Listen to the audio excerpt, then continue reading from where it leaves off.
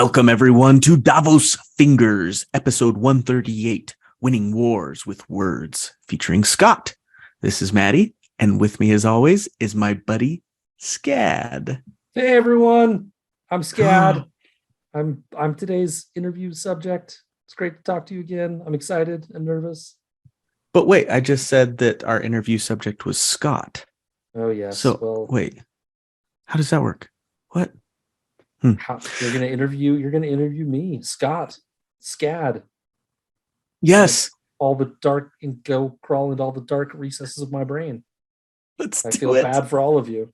It's going to be amazing. It's like this is the next Indiana Jones installment. This is the Scadisode, as Jenny termed it. She called my episode that I did last time, episode 137, where Scott interviewed me, is the Matisode. So today we have the Scadisode, and I'm really excited about it. More excited than Scad is, I think. However, we also are excited about the holidays, right, Scaddy? Very excited about the holidays. Yeah, it's it's a busy time for us. We have lots of family commitments and everything, but yeah, we're gonna take a little bit of time off, just the next few weeks here before the start of the year, and then we'll get into some new content. So we're gonna enjoy our families for the next few weeks. And then we'll get into some new content. We have a few ideas stewing, don't we, Matt? Yeah. Where we might head. We're gonna take a few weeks to read some things, to see if they feel good, see what feels right. So while we're on a break, we're not going to really be on a break. We're kind of testing some concepts out. So, right. But we'll be back in the new year with that plan, and we also will be going into getting Patreon kicked back on, and going into some more what if episodes. We've got a stable of what if suggestions that we've been collecting, and we're going to dive into some more of those what ifs, which are a lot of fun.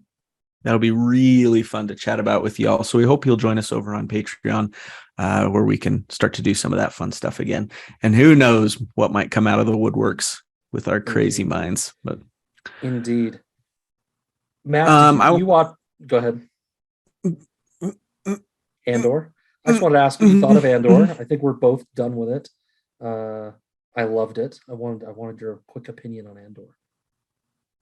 Quick opinion, the best thing Disney has produced Star Wars wise since Rogue One, which is not coincidental. So I think it's the best thing Disney Star Wars has produced, period, maybe. You and I feel differently about Rogue One, but I thought it was just great storytelling, and yeah, just a lot of fun, but also high stakes and intense.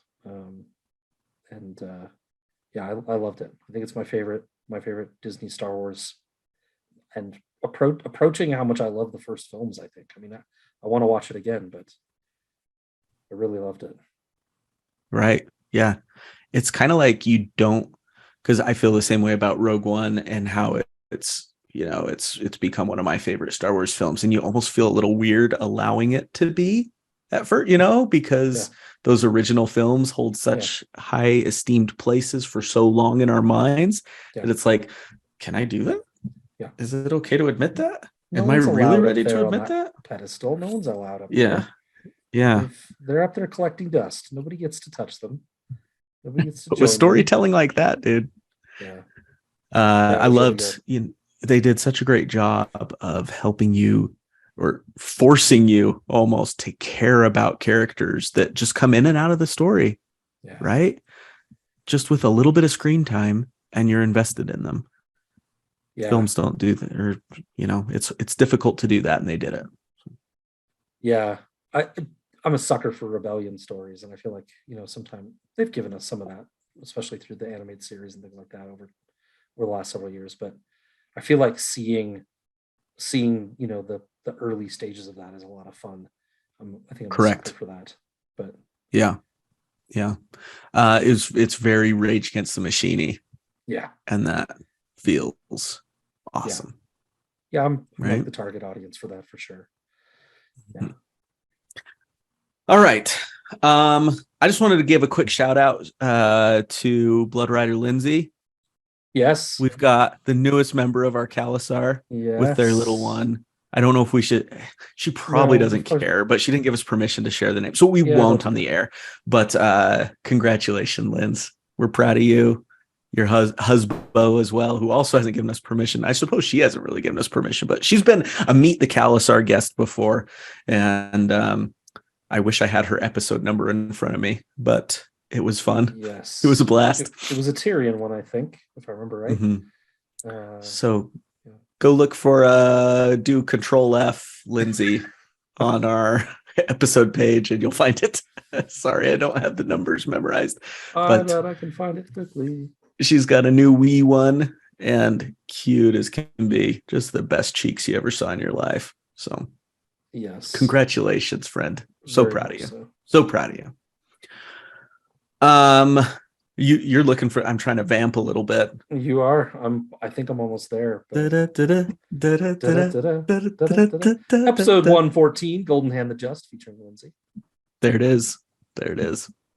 Check it out. It was a really fun one. It was.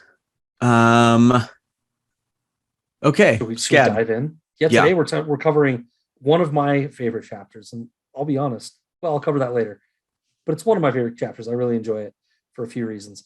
But it's Tyrion 3 of A Storm of Swords, in which we see just how effective Tywin is at running the kingdom, at least effective at getting what he wants, what his family needs. Yeah. Tywin navigates proposed alliances, traitorous citizenry, a royal wedding, new marriage proposals for his own kiddos, an open position on the small council, and decades-old family quarrels. He navigates all that quickly and effectively with little disagreement from the council. But are there a few roaches in the rushes, as Tyrion says? Yeah, maybe a few. We'll talk some more about that. Yeah. The good of the realm or the good of House Lannister. Let's get into it. We would love to hear from you as always. So find us at wearedavosfingers@gmail.com. Facebook. You can find us on Twitter all the time at davosfingers, or check out patreon.com/davosfingers, especially as we get that kicked off again. Scad, we asked this of all our Meet the Khalasar guests. How can your adoring fans get in touch with you? Yeah, bring the adoration. I'm ready for it. I am not a great follow, I'll be honest, on Twitter. I am at come now. At Scott at 15, at SCOTTAT15. That's my personal Twitter, but you can also find me just on the Davos Fingers account. That's at Davos Fingers. I have the Facebook, but I'm almost never on it. Yeah, you're not. I probably have dozens of requests for friends. I haven't really been on it consistently in probably 2 or 3 years now. But, I get to keep up with your family's exploits through Eowyn, being friends with her on Facebook, and thank goodness for her. Yeah, thank goodness for her. Right, you probably know what's going on with my family more than I do. We'll get into that later. What? Okay. Shall we dive in? Let's do it, man. Let's so Tyrion 3 of a sauce. Take us there, Scaddy. Tyrion joins the room and seats himself in the king's normal spot, the opposite end of the table, as his father is about to sit. The room fills with the other members: Lord Redwine, Lord Tyrell, Lord Rowan, Queen Regent Cersei, his sister, Grand Maester Pycelle, his uncle Kevin, the High Septon, and this one other guest. Oh, yeah. Lord Tywin himself, Hand of the King now. Why is Tyrion even there? We'll get to that. They make their greetings, all of them giving Tyrion tepid congratulations on his chain and his bravery on the Blackwater. And Tyrion consoles Kevin on his son Lancel's precarious condition after his own injury at that same battle. But after the pleasantry, Cersei would like to get down to business, the business of the king's wedding. Not so fast, says Tywin. War comes first. And Varys has delicious news on that. Randall Tarley has smashed Robert Glover near Duskendale, killing Helman Tallheart and capturing many others. Glover himself running, tail between his legs, back to Harrenhal. It's a good victory, but they wonder how they can translate that to victory over Robb, who continues to frustrate them in the field. For the moment, Robb has returned to River Run after overrunning the Western Hills, Lannister lands, and Mace Tyrell insists that Robb will surely head north to reclaim his own lands, which are, as you'll remember, currently under siege by the Greyjoys. Yeah, and speaking of the Greyjoys, Balon, the head of that house, has offered an alliance in exchange for acknowledged kingship over all land north of the Neck. He's already essentially conquered it anyway, and his ships might be useful. Opinions vary on the council about whether this is a good deal, this alliance, but Tywin demurs, leaving the question for later. Yeah, Tywin would rather talk about another complication, the Eyrie. Lysa Arryn has yet to swear fealty to Joffrey, trapped Tyrion in her sky cells recently, and exists nigh untouchable in her fortress beyond the gates of the moon. But Tywin has an idea of how to unlock that gate with no conflict at all. Yeah, Peter Baelish, Littlefinger, newly made Lord of Harrenhal, will propose marriage to Lysa and deliver the Eyrie to the crown without so much as a sword being lifted. And as a bonus, he will make sure that the young Robert grows up a true friend of the crown. Everyone is so eager to agree to this path, despite its risks, that Tyrion starts to wonder if he's the only one that didn't know about this plan ahead of time. So much so that he walks right into the trap laid for him. How will the crown pay its debts without Lord Peter? He is our wizard of coin, and we have no one to replace him, Tyrion asks. Trap set and now sprung, as Tywin informs Tyrion that he will be the new master of coin. Yeah, the Eyrie settled. Lord Rowan turns the conversation back to the Greyjoy offer again. But Tywin is quick to turn it away once again. After all, why promise him the North in payment for fighting the Starks? He's doing that already. Let him keep doing it and say nothing. And a better opportunity still yet might present itself. Yeah, this open-ended method of dealing with a problem raises Tyrion's suspicions, though, and he wonders what other plans Tywin may have set in motion with all his late-night letter writing. But before he can puzzle it out, they move on to wedding planning. What a wedding it will be. Yeah, 1,000 guests in the main hall, plus a bunch more in the tented yard. And a Dornish retinue is even on the way, much to the chagrin of Mace Tyrell, he of the long-standing beef with all things from Dorne. And he has good reason, Matt. Tell our good listeners why. You got it. The Viper, Oberyn Martell, broke heir to Highgarden and my boyfriend Willis Tyrell's leg in a tourney when they were younger. Now Tywin is insistent that they let these old wounds heal and welcome Dorne to the wedding and to the small council. Tyrell blusters a bit. Yeah. Tywin calms that blustering by divvying up the spoils of war. Mace himself was rewarded most handsomely for his part, with the other lords around the table also gaining lands and financial incentives for their loyalty. All of these lords really in the reach. Interesting. Varys next tries to report on news from far-reaching places across the Narrow Sea, but Tywin isn't really interested, keeping the focus close to home. He inquires about Tyrek, his missing nephew, but no trace of him has been found. Oh, Tywin also sentences some previously deserting gold cloaks to have their kneecaps broken as visual lessons to others that might stray from their loyalty to the crown. Tyrion and Varys quibble a bit with this, wondering if it might be better to send these men to the wall. But Tywin again keeps the focus here on King's Landing. If the wildlings break through the wall, that is up to these new claimants to the north to figure it out. If they want to rebel, they can handle the wall and the wildlings that might come through. And with that, the meeting of the small council is concluded. What a fascinating meeting. Yeah.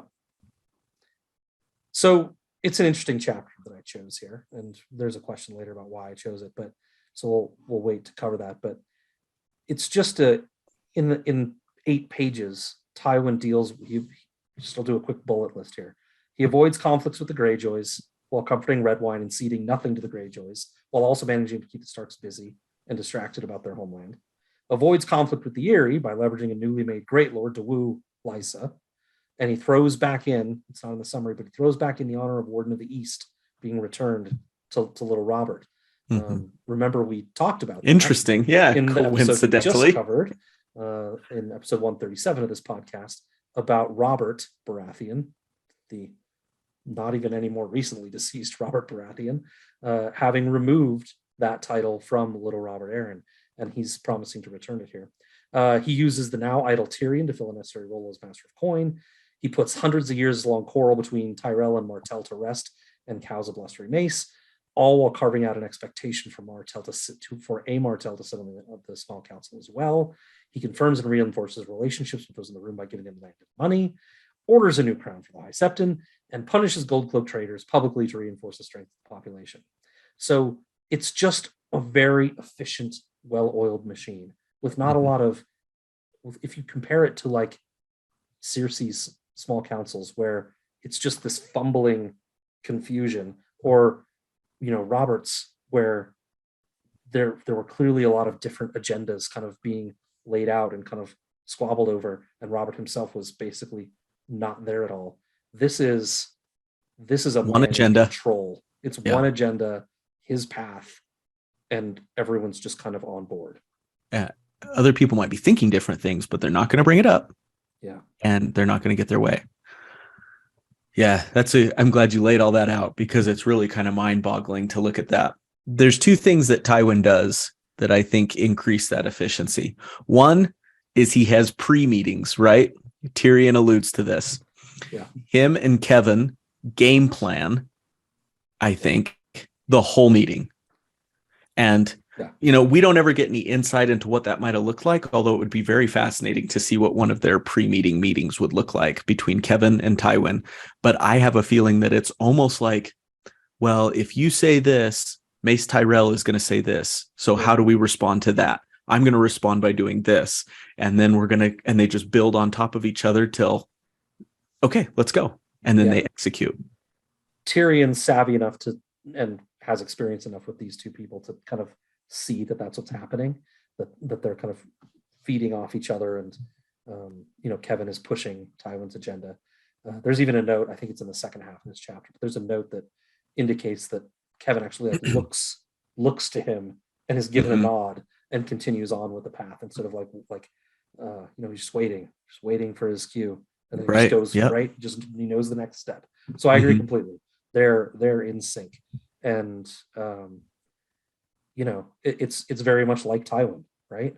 To do this, all the letter writing, all the pre-planning that he does throughout the phases, your wonderful breakdown of the Red Wedding, indicating really what you believe and what you convinced me of, that he started this campaign for the Red Wedding much earlier, right? With contacts, maybe backdoor contacts, but contacts throughout to start feeling out how unsettled things were and where the opportunities might be.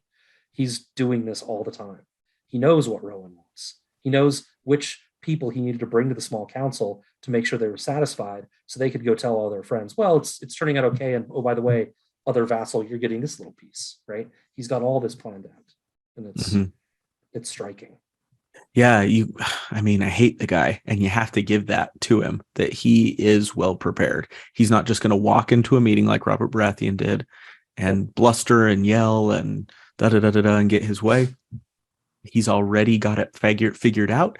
And another thing that I like is he includes others in the meeting without counseling with them or even asking for their opinions. He'll say, okay, Varys, tell me about the war or whatever. Give me facts. And he allows Varys. He does. Yep. He allows Varys to talk about it. Yep. And then he doesn't do any of this, like, so what does everybody think we should do? Yeah. Nope, he just says, done. This is it. Right.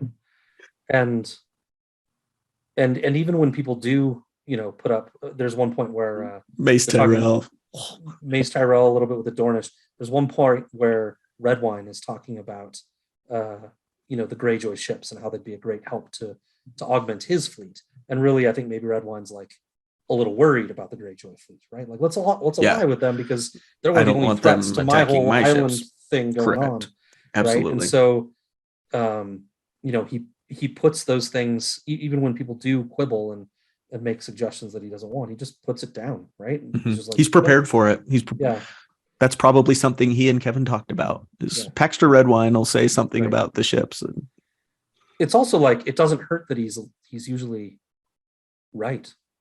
I mean, the Greyjoy thing is a great example of that. Like, why should they acknowledge anything Greyjoy is doing? He's doing it already. What benefit do they really get? Right. He's busy. His energy is being consumed. He doesn't have anything else to offer you in the current war that you're fighting. Let him just keep doing what he's doing. right? Yeah, Makes sense. it does make sense. There's some things that you alluded to this too before. It makes sense for House Lannister, but that's it, right? Yeah. It doesn't make sense for the realm.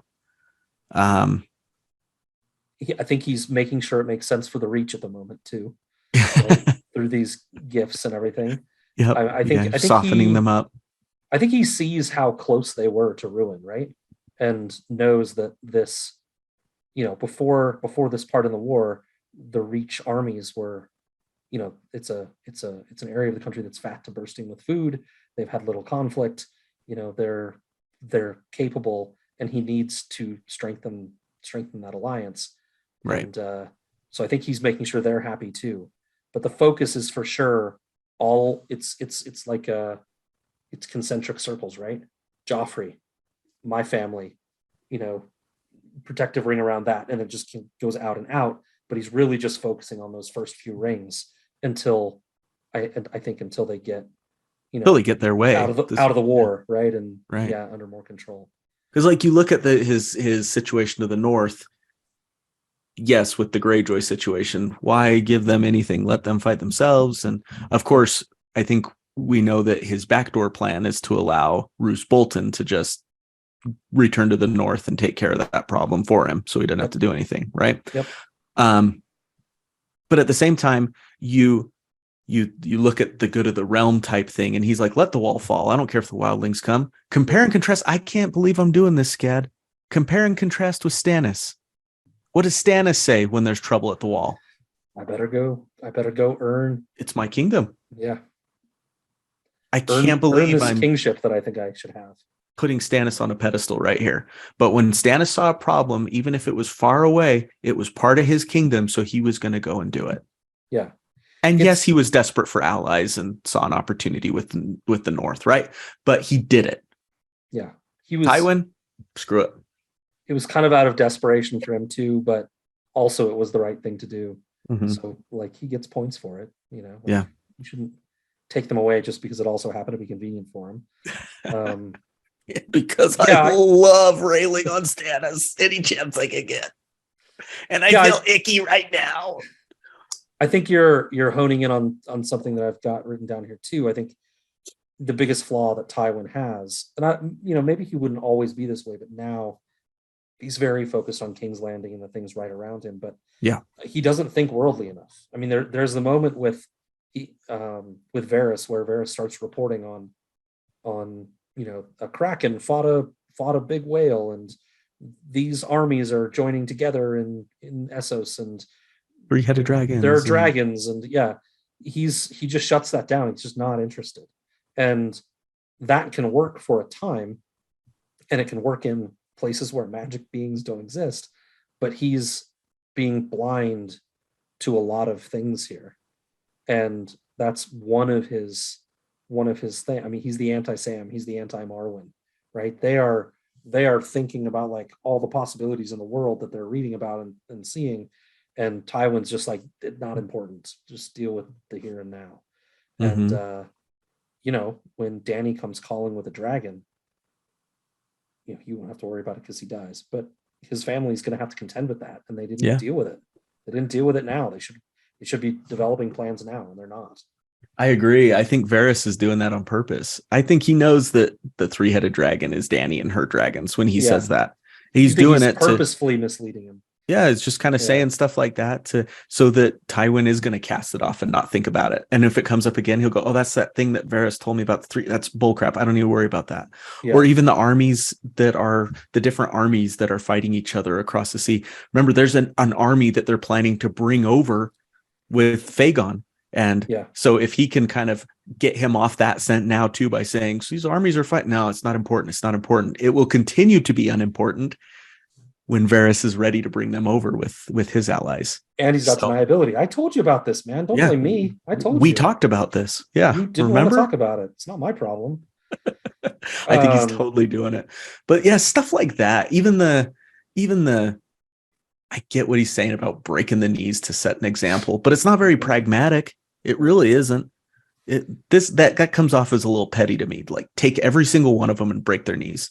No, like, Tyrion's right. Send him to the wall. Yeah, Break. I don't know how you'd select which ones were going to 3. be the unlucky ones, but yeah, take half a dozen guys and break their knees in front of everybody, and I Yeah. don't know. But It send doesn't the take rest. much. If 10 people see that brutality happen, that story will spread like wildfire. Yeah, You don't 10 need or to do it. 300. It's You plenty. don't need to do it all afternoon with 300 people. You don't need to, right? Exactly. Like they'll That's get the just point. that's just petty at that point. Yeah. But It leads me to wonder, like, do you think Tyrion would be better than this at Tywin than Tywin is? the problem is Tyrion doesn't have the fear factor. Yeah. The it, Yeah, Cersei would stand up to him. He wouldn't have the dynamic control over all yeah. these people that Tywin commands. The thing that Tywin did is he Castamere, basically. I mean, a few more things too, but that's the big one. Is Castamere. And then, there's other things too. The way he put out his dad's paramour Yep. after his dad's death.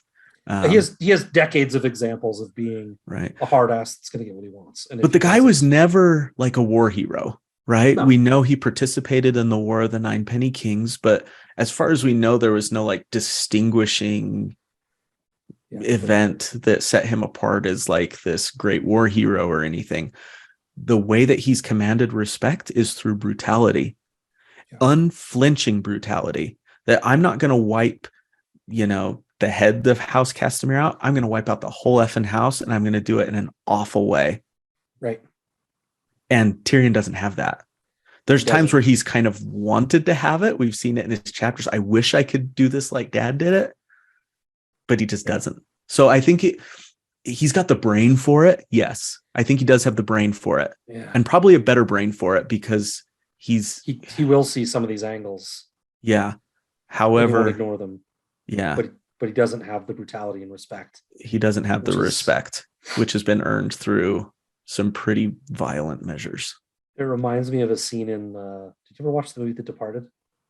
Oh gosh, this is one I can say yes, I have seen. DiCaprio, but it's been Nicholson, and Jackie Jack. It's been a long time though. They're basically Nicholson's character is a mob boss, and he's got a rat basically in his crew somewhere, and he doesn't know who it is, but he thinks they're trying to bring him down from the inside, and he asks, is it you, to DiCaprio, and DiCaprio said, I don't remember exactly. It's something like, could I be you? Yeah, I know I could be you. I know that much. But I don't want to be you. Right. And I wonder if Tyrion could be that brutal and that demanding and that, decisive and to command that type of respect. But I don't think he wants to. Yeah, I agree. Tyrion's terrible in all. I say it all the time. Tyrion's terrible in all the ways. He's really bad in lots of ways, especially as the books progress. But I don't think he wants to be brutal. Nope. Right. Nope. I think he's had a lot of factors act upon him that have been unfortunate. And that actually gives him a leg up on one thing that Tywin doesn't have is Tyrion's perspective from the bottom, you know, true. Which I think would help him as a leader. Like you said, seeing those perspectives and those angles. That's something that Tywin simply cannot see and refuses to see. Yeah. We don't talk about Tyrek much. No. I guess it's just kind of, it feels almost like a given in the fandom that he's not dead and he's just out there somewhere being hidden. I figured I'd take a second and just ask you, do you have an opinion on this? I don't have a deep, like, step-by-step theory. I think Ferris has him. Yeah. Squirreled away somewhere. It's kind of the prevailing theory. Yeah. I think, I'm not unique in that. It feels like that's a good way to keep kind of Tywin constantly like an itch that he can't scratch. Yeah. I don't know that he bears any real love for Tyrek, but it's that whole House Lannister thing and the image of House Lannister. And it's something he can't control too. I bet it's something exactly that love's kind of lording over him. Yeah. So it's like that itch that Tywin can't, and it's his own family. It's your own family, Tywin, and you can't find this kid. No one can. Must be dead. Yeah. The very next chapter after this one, I think is the is the Catelyn chapter, Mm-hmm. where two more Freys are murdered, right, by Right. the Karstarks. It's Mm-hmm. interesting that follows. But yeah, I wonder if maybe if we think about Varys's goals, and those are somewhat speculative too, to be honest, but it seems like it's part of this Vagon plot, Mm-hmm. and creating disruption and chaos so that Targaryens can come back, Yeah. whether it's Dany or Vagon or both. But do you think I think maybe the prevailing theory with Tyrek is that he'll just be a puppet Lannister that gets thrown up when all the rest of them are dead. Correct. Yeah, they And take like, out all hey, the sign here, Lannisters. sign Mm-hmm. here. You're the head of Lannister now. Congratulations, but you got to sign these things. I feel like maybe we even talked about that long time ago, Yeah, we may have. talking Tyrek, and that he could be that House Lannister ally. Been a long Yeah, with time, those Matt. strings attached. Those strings attached. We've had this podcast for Yeah, 8 years. eight I don't. years. I don't remember breakfast 8 this morning. I can't remember a years. conversation about Tyrek 6 years ago. Mm-hmm. Mm-hmm. Yeah. Do you think Cersei can be trusted with Lancel, or is she trying to get rid of him? Tyrion has this thought that he wonders Yeah. if she's proactively trying to cause him his doom. Yeah. This goes back to the respect and the fear that Tywin commands. Yeah. If Tywin wasn't there, I think she would kill him. Yeah. I think she's worried that she would get caught. There's just no escaping this guy. Yeah. He's got his claws so deep in his children, tragically, and in others too, that he has them. They're afraid. They're afraid. Yeah. And I think I so agree that's with my you. answer. If Yeah. Tywin wasn't there, I think she'd kill him. It's funny. But I mean, it's not funny. We'll talk more about the family dynamic in the second half, I think. It's not funny at all. You're right, but it's just how much little incident, not little, I shouldn't call them little at all. How much old incidents mm-hmm. still cause changes in current behavior, right? Yeah, like you can't absolutely. shake these things. We'll come back to it. Which is crazy because if Lancel talks, she's screwed too. But she's so just like almost like she's scared stiff. She can't act in one way or another. Yeah. Because of dad looming. Yeah. Yeah. She's frozen. Uh-huh. It would be better to kill him, frankly, if you could pull it off. For sure. Yeah. Would remove a loose end, right? For big time loose end.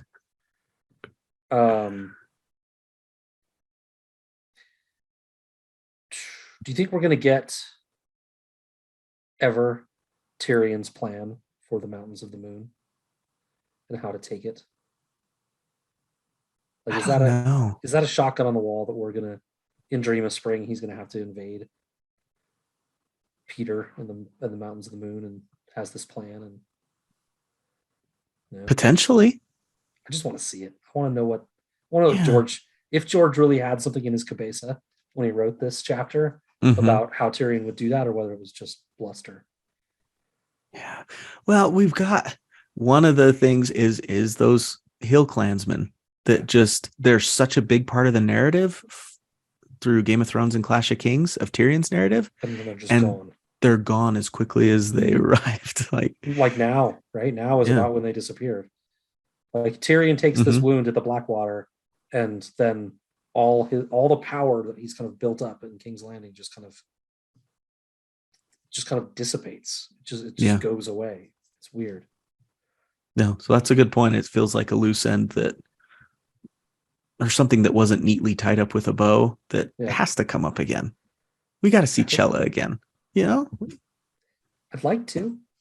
Those mountain clans were fun. They are fun. That's one of my favorite chapters, actually. That cat chapter, or is it a Tyrion chapter? It's Tyrion chapter where they're riding through the pathway up to the Eyrie. Mm-hmm. I love that chapter. Should have picked that chapter. Where they fight the battle scene. Yeah. That It's a was battle fun scene, one. but it's more than just a battle scene. He's Right. Yeah. befriending Braun, and they're talking Hmm. about the history of the area and all those things. Yeah.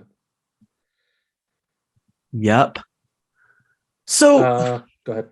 we talked about Kevin a little bit. What a fascinating character. Which, In in how the not sense that, fascinating he is. well, that's what makes him fascinating, Yeah. is that there doesn't seem to be much in it for him. Yeah. We've talked about before how he holds no great lands. He's sitting here hearing about Mace Tyrell getting all this crap, and Kevin has nothing really. Like, Yeah. he's got, and I'm sure he's set up for life with money and everything, but in terms of like a great castle or something, you don't see Kevin Lannister at, you know, having Yeah. these huge incomes and all this great fame and everything. It just, there doesn't seem to be much in it for all the work he puts into the kingdom. Is he just Scad the ultimate like little brother? Is he caught in that web of Tywin's? What is it? We don't, I don't think we have a lot of evidence, but I think so. I think, Tywin has a way, and again, we'll come back to this more with the family stuff later, I think, but Tywin has a way of just kind of putting you in your place, like basically through abuse, right? Like Yeah. berating you and making you feel worthless, and that the only thing you can possibly do is operate within the sphere that he puts you and makes you feel comfortable in. And if you deviate from that, you're going to be uncomfortable and ineffective and get nothing, and be frankly abandoned by him, and then you'll have nothing. And so I think, Kevin is, if you believe that part, if you believe that narrative for him, he's almost more sad than Tywin's kids. He's been bullied since youth to be this lackey, essentially, Right.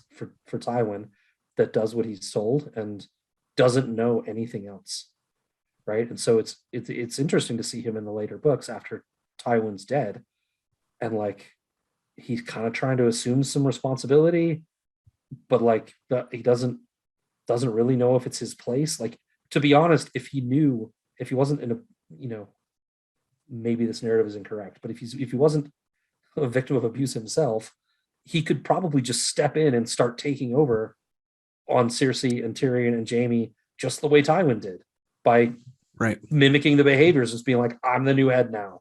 This is how it goes. Right. He And certainly saw enough of it. yeah. I mean, he doesn't have the, the sort of panache for it, maybe, or like the domineering spirit, but you wonder, like, because he kind of like throws little barbs out as like, I'm not going to do Hand of the King unless you do these things, but it all feels kind of very passive. Like, I'm not that interested in being in control. I'm not that interested in doing any of these things. I'd like to help the family, but it's almost like when Tywin dies, he's kind of directionless. Right. He's like, yeah, he has like this morality to him a little bit, and a stubbornness. I just remember that. Well, that dinner scene with Cersei where they eat together and she's going to try to manipulate him. Remember that one? And and he's like, no, I'm not going to do it. Yeah. And I know about you and Jaime. Yeah. And that's wrong, and he's like, he's standing for something. When I say morality, he's standing for something. He's drawing a line in the sand, but to what end? Yeah, he doesn't do anything with it. It's not like right. he doesn't take it to any sort of ending. It's just like, he just kind of throws it out there. And which, on one hand, I appreciate him standing for something. I think that can be something that we can appreciate, especially when it comes to Cersei. It's just fun to see her being like losing it so much that she throws food in his face, or wine. I think it's wine. And but this is the Game of Thrones, and if you're going to do that, you're going to take a crossbow bolt to the, and he does. And he does. Which is funny because actually Tywin does too. So yes, even if you do have a game plan, you still are in danger of taking one. So yeah. We'll talk more about that too. Anything else for this section? We get some little red wedding hints, which the red wedding is really interesting to me. So just wanted to call those out real quick. Tyrion watched his father closely. There's something he's not saying. He remembered those important letters Lord Tywin had been writing. This comes after they say, granted enough time, a better option may well present itself. Yeah. One that does not require the king to give up half his kingdom. Yep. Yep. Little There's another hints. one where it says his realm is still plagued by would-be usurpers and self-styled kings. They're speaking of Joffrey. And then Varys says, which gives you some insight into maybe what Varys might know, but not for long, I think, said Varys unctuously. Yeah. You think Varys knows the Red Wedding's coming? Well, he knows something's coming, I think, with that. Yeah. I mean, it feels even without knowing it, it feels like the war is kind of coming to a close. Sure. Right. It feels that way. Mm-hmm. Maybe, I don't know, maybe not. I mean, Stannis is still doing his thing, and maybe that's something I'm getting from the benefit of having read it multiple times. Maybe not. No, I agree. It does feel, we've got 47 lesser lordlings and 610 knights who are now apparently just homeless. The amount of paperwork that would go into that. Yeah. No thanks. Robert, goodness gracious. This meeting. Yeah. I think that's all I got. Okay. I think that's about all I have too. Interesting small council, by the way. Oh yeah. I looked up maybe the biggest small council we've ever seen. Right. It's huge. I was trying to determine who was who and everything. Yeah. And finally I went to the resource to look at what these guys are listed as. Redwine, Rowan. Yeah, just those two. And I guess Tyrion at this point are listed as advisors. They're just special advisors. They're not a master of anything. Yeah. At this point, Mace Tyrell is master of ships, which that makes sense when you got Paxter Redwine on the council with you. Whatever. Yeah. Yeah. Kevin is the master of laws, which makes sense. Him bringing up the stuff about what do I do with these gold cloaks and stuff like that. But I mean, Cersei's the queen consort, so she kind of gets an invitation. Same with the High Septon. I guess it's kind of weird, right? Yeah, it's they're not. Queen Regent is not a normal small council position, right? Mm-hmm. Grand Maester usually is. The High Septon seems hit or miss, maybe. Right, he's another. We always have him. Mm-hmm. It's almost like Tywin wants all these people. What's Kevin doing? He's a master of laws, so he's got a job. But okay. But he just does whatever Tywin says. It's almost like Tywin wants all those people in there, though. Well, because then he can command them, and they can see him commanding, and it adds to his aura and everything. Yeah, I think, even with the divvying up of lands, I think he just thinks they're the key members that need to get rewarded most, and then things filter out from there. And so that's probably why they're there. He doesn't need their approval on anything. Yeah. But they're the influencers to the people below in the room. That's true. Right? And they can just be kind of key points of throwing them a bone, making them feel included and involved, right? Mm-hmm. But love it. Okay. You want to talk about you? Do I have to? Yep. Yes, you do. Yeah. Let's do it. Let's start it how we always start it, buddy. Who are you, Scad? What do you do? What drives you? Give it to us. Yeah, I'm a dad, I'm a husband, and I'm a shepherd of development projects. I like to think of myself as a storyteller, but I'm more of a story listener these days. I guess the main thing that drives me, it's simple, is just making sure my family has food and a roof and inspiration to be themselves and follow their own paths, I guess, right? To turn them into functional humans, which is functionals. Sometimes a tall order with my kiddos. I love them. I speak very honestly about their problems, and you guys will probably hear some of that tonight. Well, let's segue right into that then. Oh yeah. I love you, but you married way up, dude. And you do have two insanely cool boys. The interactions I've had with them have all been positive from my end. So you talk honestly about them. What do you love about them? But also what is it like to be a parent in 2022, raising kids to hopefully be functioning adults someday? Yeah. Mary is my elder. For those that don't know, we use code names. Mary and Pippin are the names I've chosen for my boys on this cast, and my wife would call Eowyn. Uh, Does your family know that, by the way? You yeah, call them that? yeah. I just told mine like the other day. It's something I never thought about, and they thought it was hilarious. They loved it. So Pippin gets confused about different audiences. Like I'll be about to go out and hang out with like my fantasy football buddies, and we'll be like, "Tell him Pippin says hi." It's like, no, they don't know you that it's way. not that. That's the different group. Anyways, I'm Yeah. sorry. Anyways, Mary is a builder, very creative. He's kind of in his own brain, like a lot.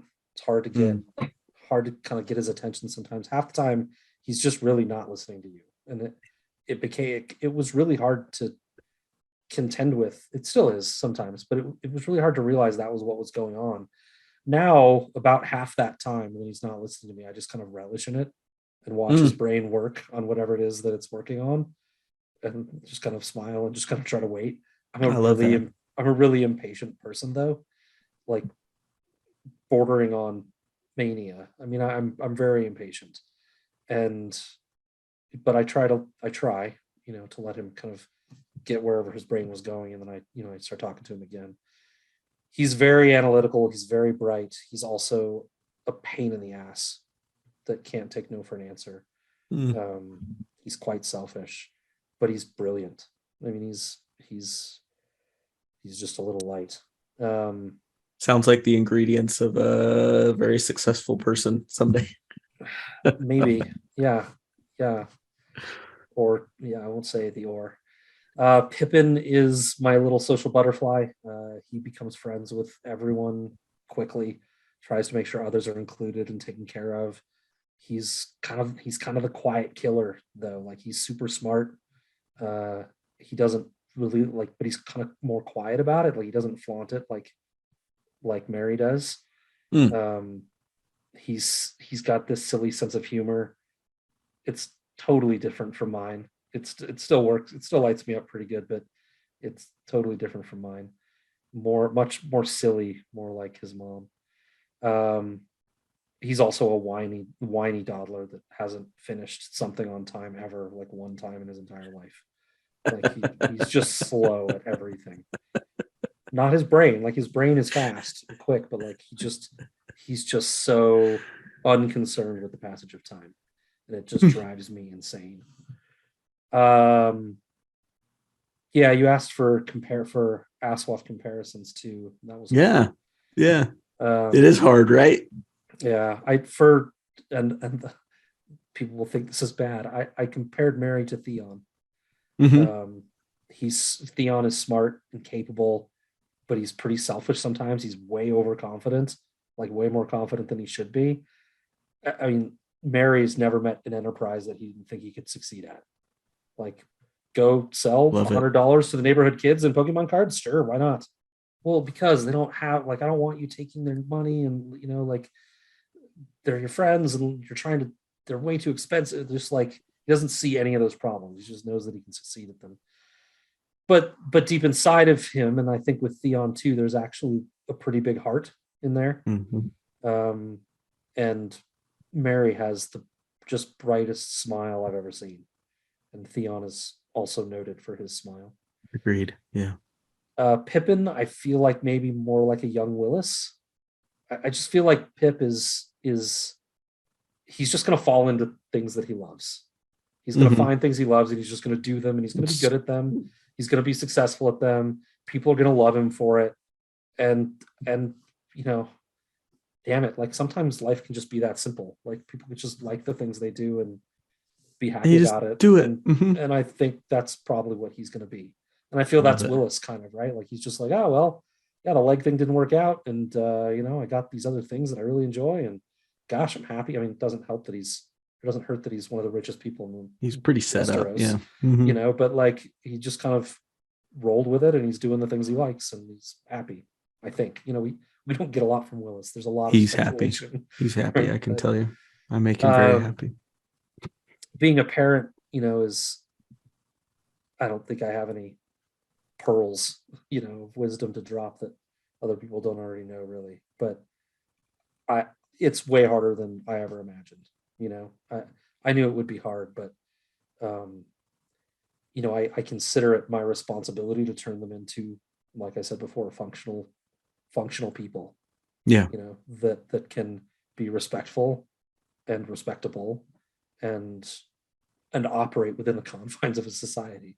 And like sometimes I'm not sure they'll get there, right? And there's so many distractions these days. I think every generation of parents probably has their own battles, but the technology and the screens, and it's just the isolation in some ways that I think they face it's challenging for sure. Super challenging. It's hard. I don't think I realized how hard I'd have to fight for it, to turn them in, to help them. I shouldn't say turn them into, but to help them become those functioning humans, like you said. Yep. You have to fight them for it. Yep. You have to be the bad guy. You got to. I was telling you before we got on this that had a good long talk with my 13-year-old daughter. That it's like, I have to like drag you kicking and screaming to do this. Yeah. Yep. To help you become your best self. I'm so sorry. Yep. So you don't understand it now. Hopefully someday you will. You'll forgive me. Right. Yep. Well, from what I know of your family, you're doing a good job, buddy. But thank you. Speaking of family, well, maybe not speaking of family. I know you're proud of your family. What's something in your life that you're proud of, whether family or not? So I got a Bible verse for you, Matt. Pride goeth before destruction, and a haughty spirit before a fall. And I think I don't feel proud of much. And I know that sounds really down, and negative. I think I thought about why I think that way. And I think it's because I tend to think of being proud of something. You can't really be proud of something until it's like done.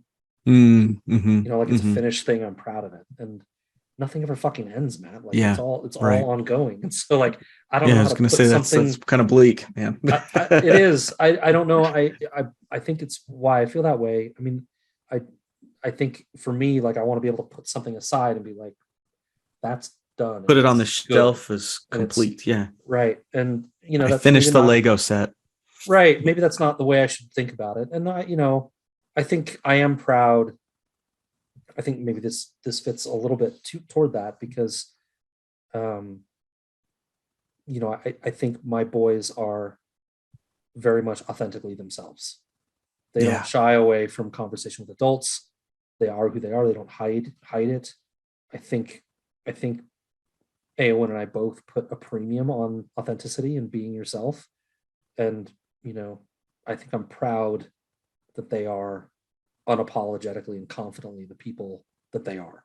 They're not worried about being weird, or they're not worried about, being different, or, being into things other people aren't into. They're into what they're into. And they like what they like, and they like who they like, and they're fine with it. And I like that. I think for somebody I think I put a lot of stress on that myself, because I think, a lot of people doubt themselves, right? And don't have a good sense of who they are. And luckily that's not really something I've struggled with much. I've always been a very confident person. I always kind of knew what I was about, and it's not really something I've struggled with, and it's something that I think is important. And so I guess I'm proud of them for being authentically themselves. So that's my answer for that. It's wonderful. I wonder if that's something that you are like vocally preaching to them, if there are platitudes that you're giving them about being their authentic self, or if it's more of them just seeing the way you and Eowyn live your lives as who you are, because I know she's very authentic too. Yeah, I don't know. I mean, we're very direct about it's okay to be who you are. It's okay for that person over there to be who they are. Good. There are differences between us, but we're all still human. We essentially want the same things. and it's okay to live your life however you're living it, so long as you're not hurting other people. I mean, that's a message we're hammering daily, if not hourly. I mean, it's a Good. lot, right? In It's this world, you kind of have to. right. Yeah. And so, yeah, I mean, I think it is messages. They're probably tired of hearing it, to be honest, but I think probably it's sunk in. Yeah. So I guess I'm proud Hmm. of that. I'm going to switch up our questions a little bit because I feel like this one is going to flow naturally. One thing I've always admired is your extreme commitment to being socially conscious, which I know has led to frustration for you at a lot of many times, wondering like, what can I do with this social consciousness? Like, how can I put that into action, right? And I love that you're even getting frustrated about that. So you live in an area though that predominantly does not line up with your belief structure in terms of religion, in terms of politics. And I wonder, what's that like living in Utah when you're not a Republican, you're not a Mormon? I'm one of those things, but so maybe I see a tiny bit of it. I'm glad it's just the But one, buddy. it is, it is. Um, but tell me what that's like. Well, I think you give first of all, I think you give me way too much credit about being socially conscious. I am socially aware. I think Hmm. a lot of things bother me, but I don't do anything. I mean, I hear really, and I'm not, of course, I'm not proud of that. Um, it sucks to be in a place that kind of goes against a lot of the things that you believe in, and Yeah. but it kind of gives it's so far away from where I want things to be that it kind of gives me an easy out to just be like, "Yeah, nothing I can do. I guess I'll just Yeah. bitch and moan and do nothing." My vote doesn't matter Right. type of I say thing. that. I Yeah. say it all the time. I mean, I still vote. I'm still paying Correct. attention. I'm still engaged, but it's I don't do anything else, right? And I think all the time about I don't impact the world in any socially positive ways, and I'm kind of hard on myself for that. But in the end, I don't change anything, right? So I think I don't want to take any credit really for being socially conscious in any way that Mm-hmm. matters, but I will say that I don't think I'm unique. I'm pretty good at being honest about my shortcomings, um, and I'm honest about this one. I think most Americans feel the same way. I want things to be different. What can I do to make change? Right. And almost everyone comes back with the same answer, that they can do sparingly little. And I think it's frustrating for everyone, regardless of where you live. Now, religion. I used to be a battler, right? I would go into religious debates and try to convince people and do all sorts of conversations and hours at a time, trying to have religious debates. And eventually I just stopped. Like it doesn't, like we're not going to convince each other. Religion is such a religion is such a personal, foundational element that is, Mm-hmm. you know, branded to your, I don't believe in souls, but branded to your soul, right? Having conversations and expecting change is it's a little naive, to be honest. And Sure. so my religious sense now is live and let live.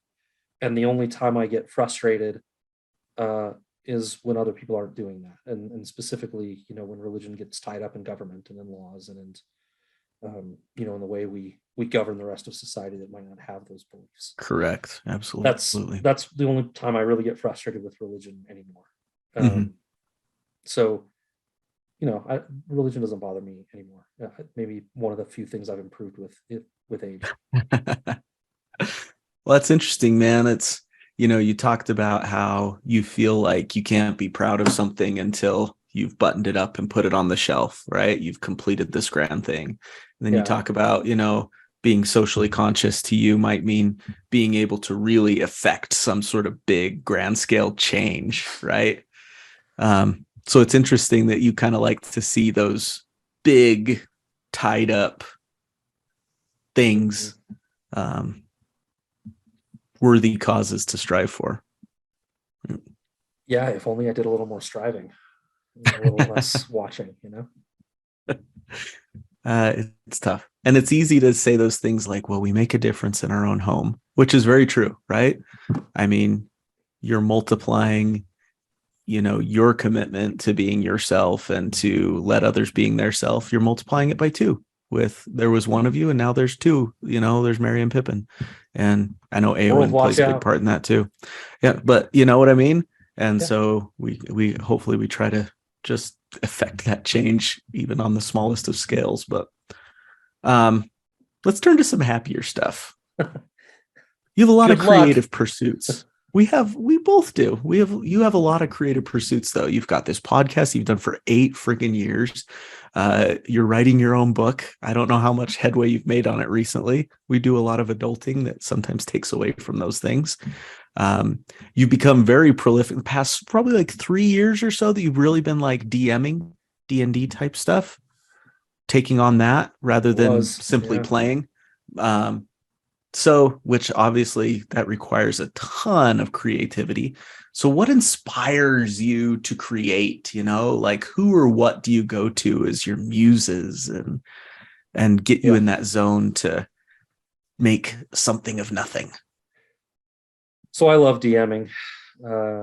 I haven't done it now for probably almost a year. Really? The group, I folded the group that I was DMing for various reasons, but one of them was just I was too busy to do it. Too busy to do it. I wasn't willing to put in the time anymore to do it as well as I wanted to do it. Mm-hmm. And I'm probably like, I don't mean this actually negatively about myself. It's not a bad thing, but I'm kind of like the worst case scenario for a DM, right? I mean, not necessarily, but DM should be very prepared, right? But I am meticulous. I would spend hours and hours and hours preparing for one session, right? And I've talked to other DMs and they're like, man, you just got to roll with it. Like, this is a game, like you just set up the structure and prepare, and be ready for things, but just roll with it. You're playing a game. And I don't, I want to have everything laid out. I want to know every path they could possibly take and map it out and understand where it could go. And think about it. It's just like humanity. You can make whatever choices you want to make. I mean, you can set up a whole adventure for them to go explore this Dracula mansion, and they see a tree off in the distance, and they're like, I'd like to go pick that tree instead. And you're like, great, let's do that, and let's make it interesting for you. So it's really hard to prepare enough for all the ins and outs, and I liked to try to be as ready for everything as I could. So it took a lot of time and energy, and I liked doing it. But I've stopped, and I'd like to get back into it, maybe in a different way, that'll allow me to do it less often, but still prepare in depth. Anyway, my muses for that, what I really like about D&D is the role playing component, right? And for me, I've talked not shy about promoting Critical Role on this show. I've mentioned it a lot of times. For me, for D&D, Liam O'Brien and Laura Bailey they're 2 actors that are on Critical Role, and they're my muse for D&D. Well, what I want most of all is to be able to build a story and have 2 actors like that play it and just live in this world I've made with their beautiful characters and their beautiful timing and humor. That's what I want, and I'll never get that, right? But that's kind of what you aim for, and you end up with something still good.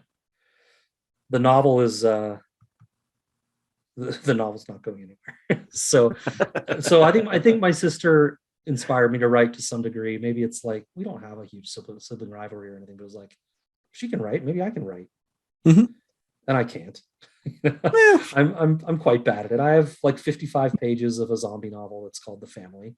I've shared a chapter 2 with a handful of people in the Khalasar that have been interested, with mixed results. But the thing is, I know it's bad. Like, I know it's not good. I know it would need a crazy amount of editing and more time.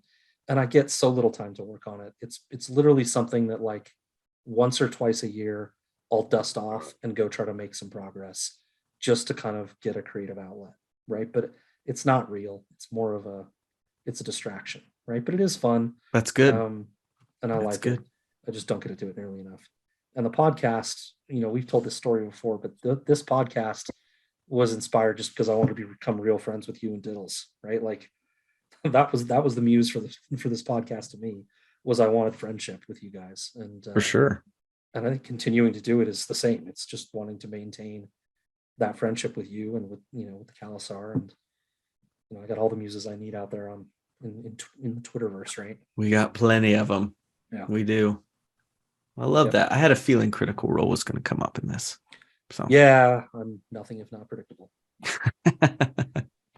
Well, I just know you. That's true. You do know me. Soccer is center stage right now, or football for those anyone outside of the United States of America. Yep.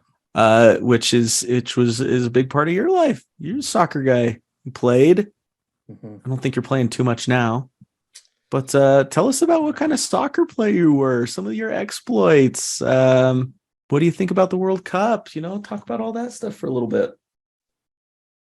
Yeah, so we're recording the night before quarterfinals. Quarters, yeah. Brazil plays tomorrow morning. Tomorrow, yeah. I'll be up watching that one. Who they against? The fact that I'm asking Croatia. So I haven't watched much. I watched 2 of the US games. I watched Play England and I watched their round of 16 match. But that's all I haven't watched a minute beyond that.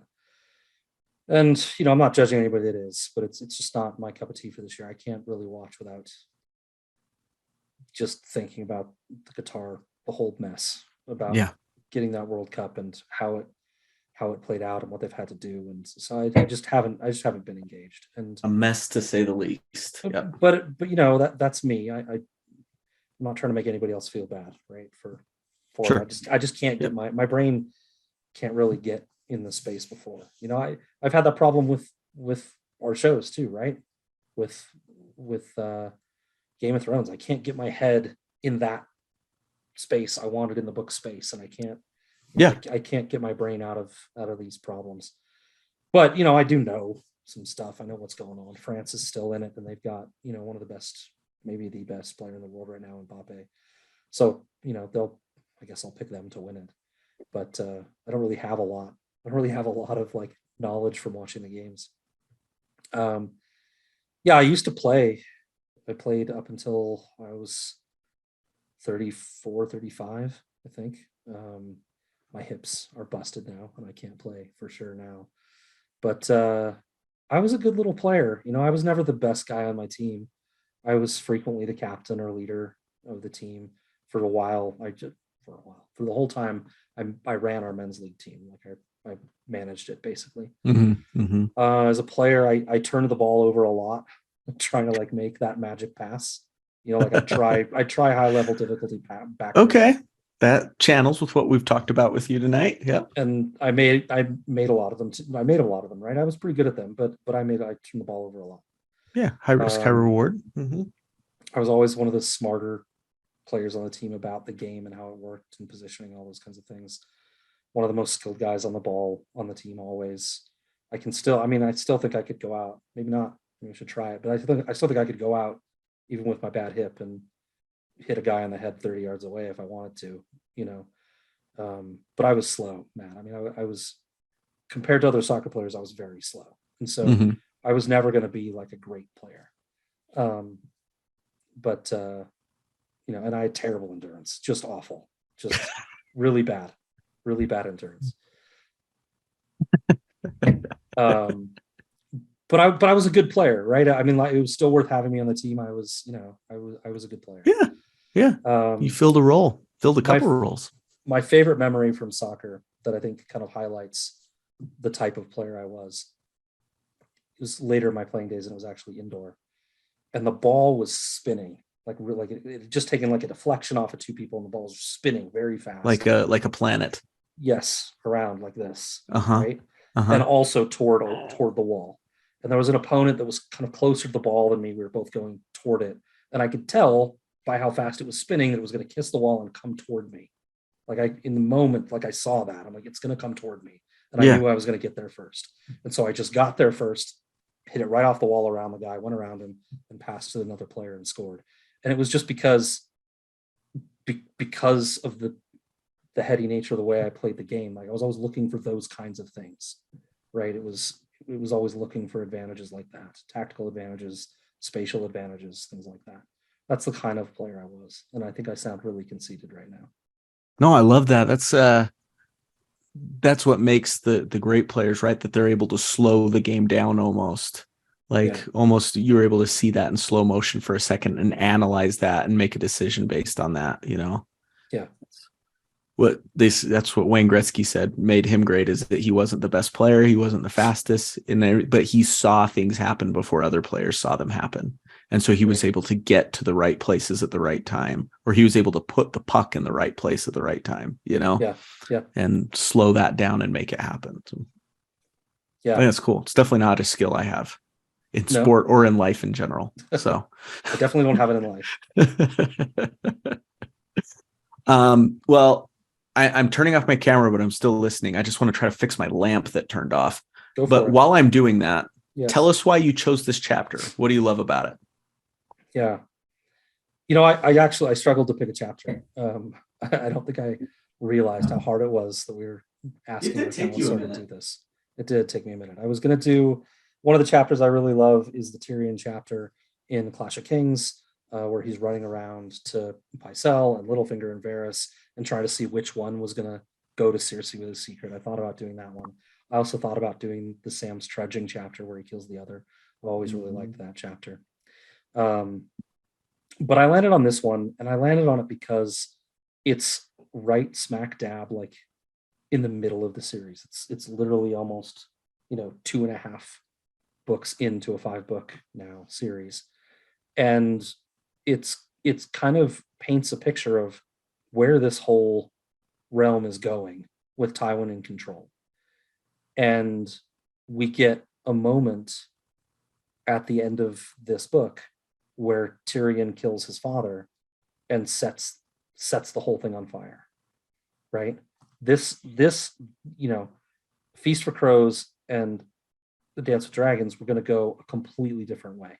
Tywin has this thing on lockdown, right? And I wanted to remind people, maybe, to listen to this, how truly effective he is at doing these things and keeping the direction in the way he wants it to go, and how this realm was going to really end up without that happening, without Tyrion killing him, because he's got Cersei under control. He's got the council, at his beck and call, and he's managing it. And then we fast forward to the Feast chapters where Cersei's in control, and it takes her like one council meeting to just lose control, right? It's unraveled. She doesn't have the power. She ends up, getting rid of anybody that has any actual value and appoints yes men that can't actually get anything done. And it becomes more of like a yes ma'am session, right? Mm-hmm.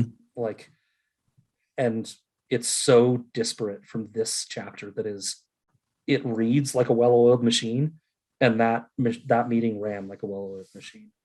Yeah. And so the contrast of where they were headed and where they end up in King's Landing, I think, is really interesting. That's why I chose the chapter.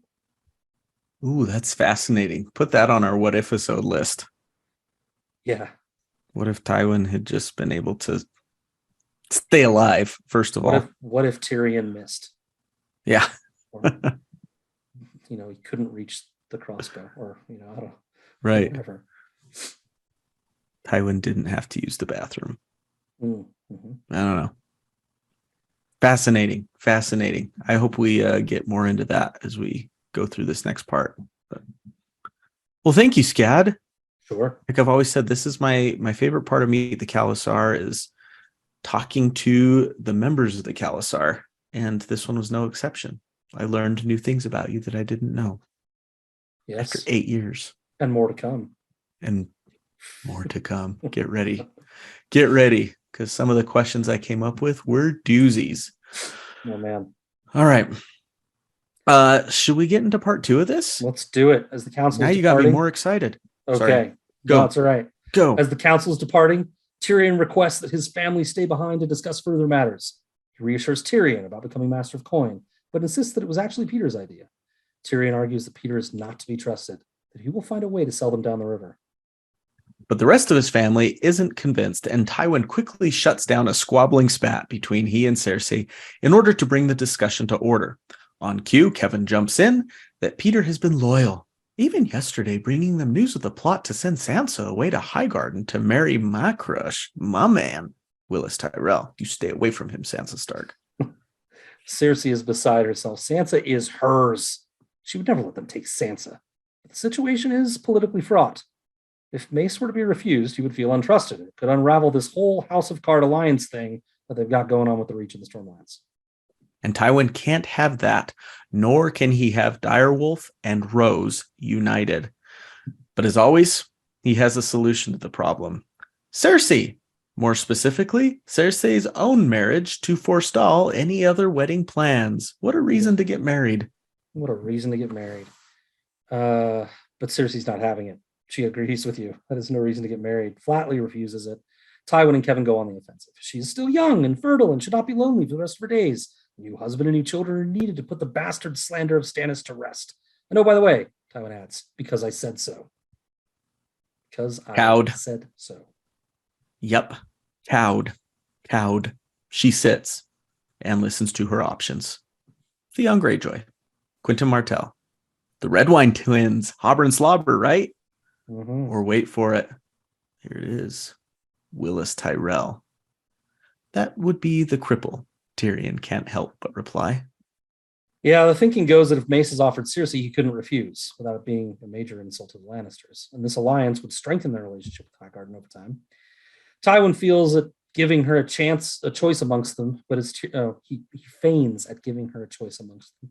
But as Cersei exits the room in rage, it's pretty clear the path that will be taken with Willis, and that Cersei will just do as she's told.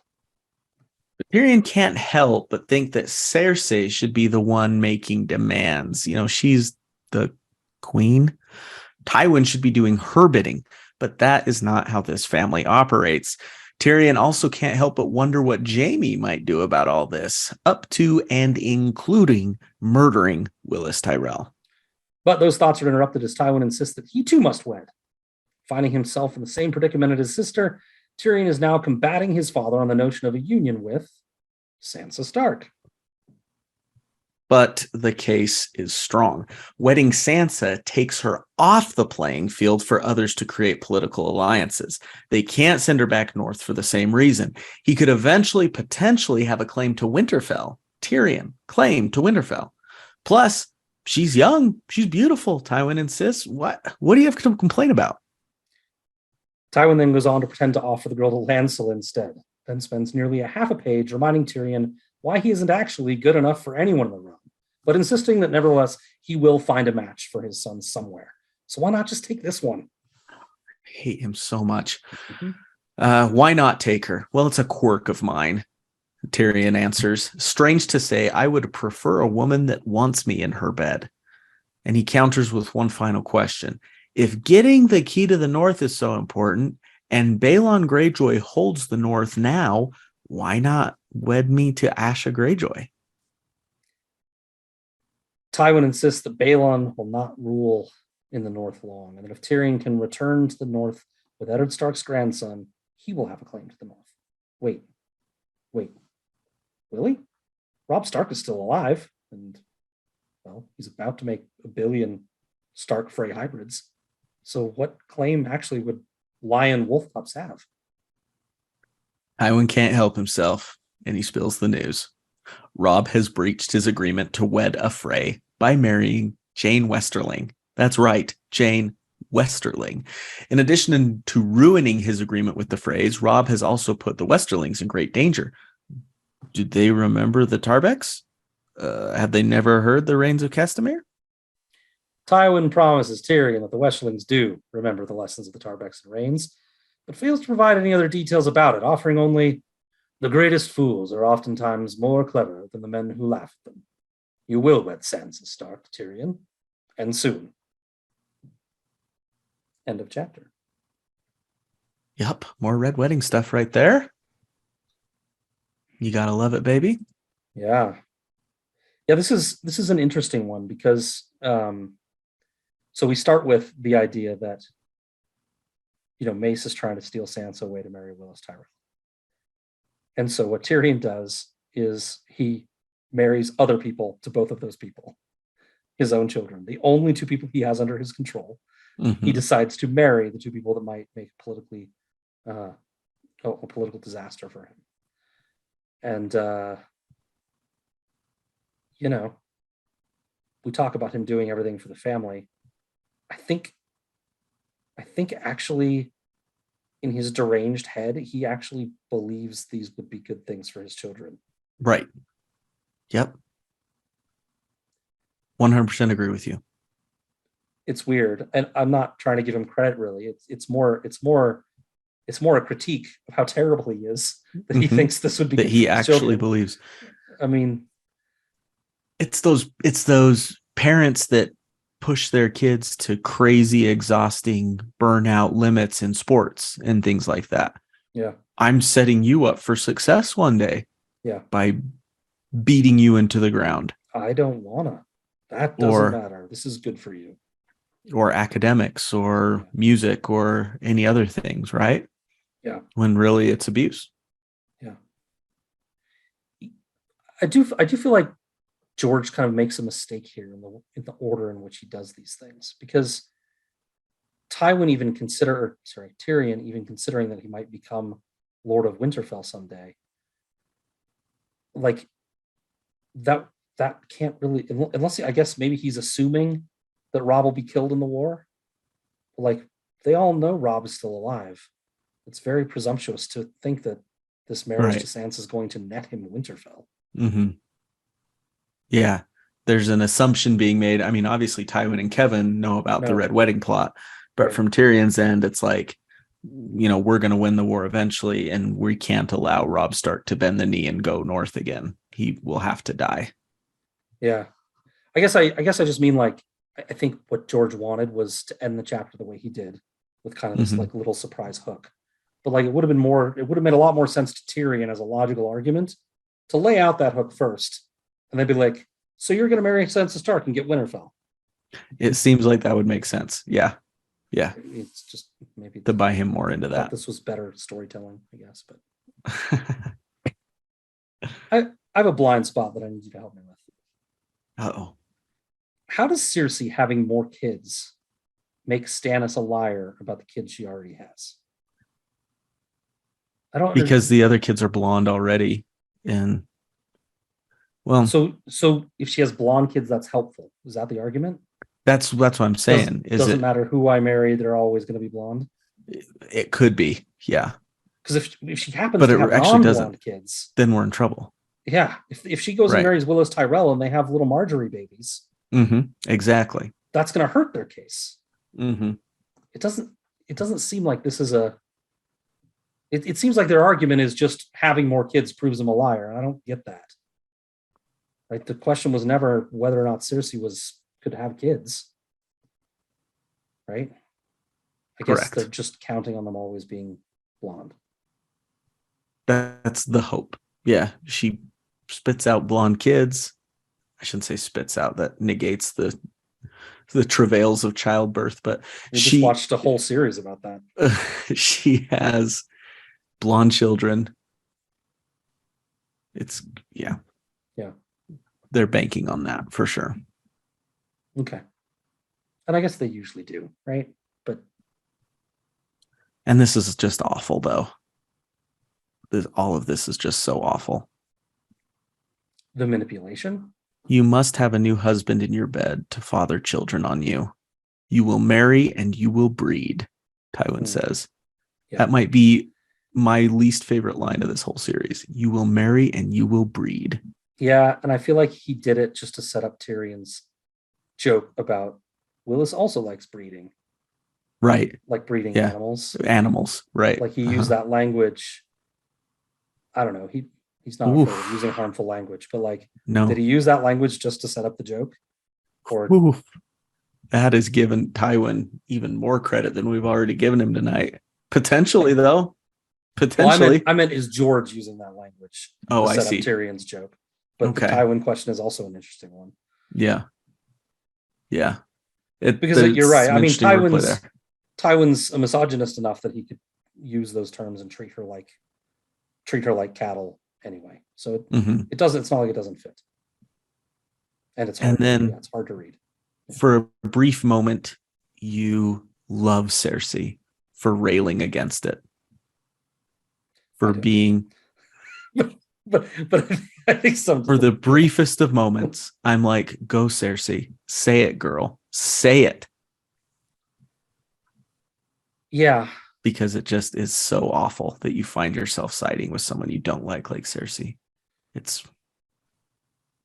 despicable. What's the meme? The worst person you know just made a great point. Oh no, the worst person you know just made a great point. It's even not that she made a good, I know what you're saying, but she's not even making a good point. Just the fact that she's just railing against it as hard as she is. It's just like, yes, go, give it to him. But Throw is she that fit. though? Throw that fit She's throwing a fit, but like, in the face of her dad, yeah, the guy who scares her the most. yeah. I guess I that's the mean, key, right? in a vacuum, maybe not. Maybe she could have tried harder, but you got to look at who this is against. Yeah, I mean, yeah. You called it a fit. It is almost like she's reverted to child like defense mechanism. It is. It's all she's got. Yeah, it's the only defense she has. You're right. It is very childlike. And that's all she's got. Man. Yeah. And that sucks. But, yeah. I mean, I mean, it really is though. It's like my kids throwing a fit when they know they're still going to lose. Right. It's like she knows this is all she's got in the canister, and then she's going to do what she's told. He's going to log her complaint. Yeah. With HR. Put it to the back of the queue, and no one's ever going to see it again. And she's going to get married. And I mean, she throws Joe, the old squid, or the crippled dog boy, I think she says, right? Dog Shut your mouth, Cersei Lannister. Yeah, crippled dog boy is what she calls him. Crippled dog boy. But like she's in that sentence, she's already agreeing. She's already giving up, right? Even though she's throwing these barbs, it's full of sound of fury and signifying nothing. And the real tragic thing about it is Willis Tyrell would be a great husband for her. All my obvious like bias aside, like it sucks for him to have to Cersei Lannister. Yeah. But I mean, he checks all the boxes as a great husband of what we know about him. Yeah, but not for her. The personalities. That's not what she wants. The personalities would not do well. Yeah. Right. I'm saying it would be nice to give him a chance and see what happens. But unfortunately, the way that it's being imposed upon her is dooming it from the start. We said similar things about Tyrion and Sansa before. And not even about a romantic relationship, but like they're two people that could get along in a partnership. Yeah. And make it work. Right. And still that's torture for Sansa. That's not what she wants. That's not, it's not what she wants. She should be in. She's a young girl that wants what she should get, right? She wants a happy marriage where she has the whole package. And Cersei needs that fire, right? She needs that. I wonder if Wills has an ounce of fire in him. I kind of like what I talked about with Pippin. I feel like he's just kind of content. Absolutely. He's just kind of like no drama guy. If they send Cersei to him, he'll be like, what is happening? Do you want, can I get you something to smoke? Or like what's happening? Let's talk about what's happening. Willis totally smokes pot. Yeah, for sure. He absolutely does. No question in my mind. Like I would just like Tyrion does. I would feel bad for him. For sure. I would also feel bad for Cersei though too, because she wants the fire. She wants. It's not what she wants, right? Yeah, it's the Quentin Martell argument again with Dany, right? Mud. That's exactly what it is. Yeah, it's exactly what it is. But you and I, Matt, we know that you should be content with mud. Mud is the best. I'm mud, and like, just give me a chance, man. Like maybe like it would over time it would be one of those misogynistic tales where the woman gets cowed by it over time and eventually learns to love the life she has and all these terrible things. You don't want that. But it's not what Cersei wants. Right. No, you're right. He checks all the boxes of a great husband, but not Yes. for Cersei. I agree with Right. that. Yeah. Another tragic thing in all of this is Tyrion and Cersei, is that they're in the exact same boat, such similar boats. Yep. She leaves and Tywin turns and does the same thing to Tyrion. And it's not just in the marriage thing. They're in the same boat, just in this whole relationship Childhood as siblings thing. Yeah. with an awful, awful father. And they could do so much together in terms of bringing each other some sense of just companionship, Yep. or I'm in this with you type thing, solidarity, right? And it really sucks that vitriol that's in this the poison in this family seeps down to the children to where they hate each other, and they really have no reason to hate each other. Yeah, I wonder if they do, right? I wonder if, not real reasons, but I wonder if, well, so first of all, we know that Cersei was mean to Tyrion from basically day one. I think the fact that Cersei and Jaime were so close, Cersei and Jaime, it's interesting. Instantly Jaime did still outcast him create a relationship with Tyrion, right? Mm-hmm. But Cersei never felt like she needed one. She never needed Tyrion. She didn't want a relationship with him. Tyrion probably saw that and said, "Okay, Yeah, you know, I don't care either." fine. Right? And he's so used to getting mistreated by everybody just because, you know, of that he's a dwarf in that society, and so he probably just didn't do much else. But I also wonder if beyond the already, Cersei's kind of already treating him bad. Beyond that, well, we know Tyrion, Joanna died in childbirth from Tyrion, right? So she maybe as a young girl kind of carried that with her. Yeah, that I wonder if resentment. Tywin fed that, tried to make them at each other's throats, stoked the flames so that they didn't get along, right? Mm-hmm. And used that as just another manipulation tactic, of which he has so many, to play make sure that they each other. never became close. And that just sucks. Yeah. I mean, all that childhood stuff aside, if they could have been adults for 2 minutes, Yeah, and talked and realized and been vulnerable with each other for just a second, there could have been so much power in that. There could have been so much power in that. The trauma just follows you, right? And it takes incredible effort and tools eats it that they don't understand at all to get past this. Like you carry that with you for your whole life. It's informed upon who you are and how you treat people. And it's really hard to get through those things and change. And these guys do not have the tools to do it. They don't have the tools to cope with that in a positive way. Yeah. I mean, I mean, Cersei has, I don't want to come down on her too hard, but she has basically almost no capacity for what I would call like altruism or good, right? I mean, she's in it for herself. Sometimes you could maybe say she's in it for her kids, but she's pretty much in it for herself. Tyrion, I think, has found some space for altruism, but is still pretty roped into this. I got to take care of myself. And they're both. I think both of them. I think their confidence is shot. Like they're not. For sure.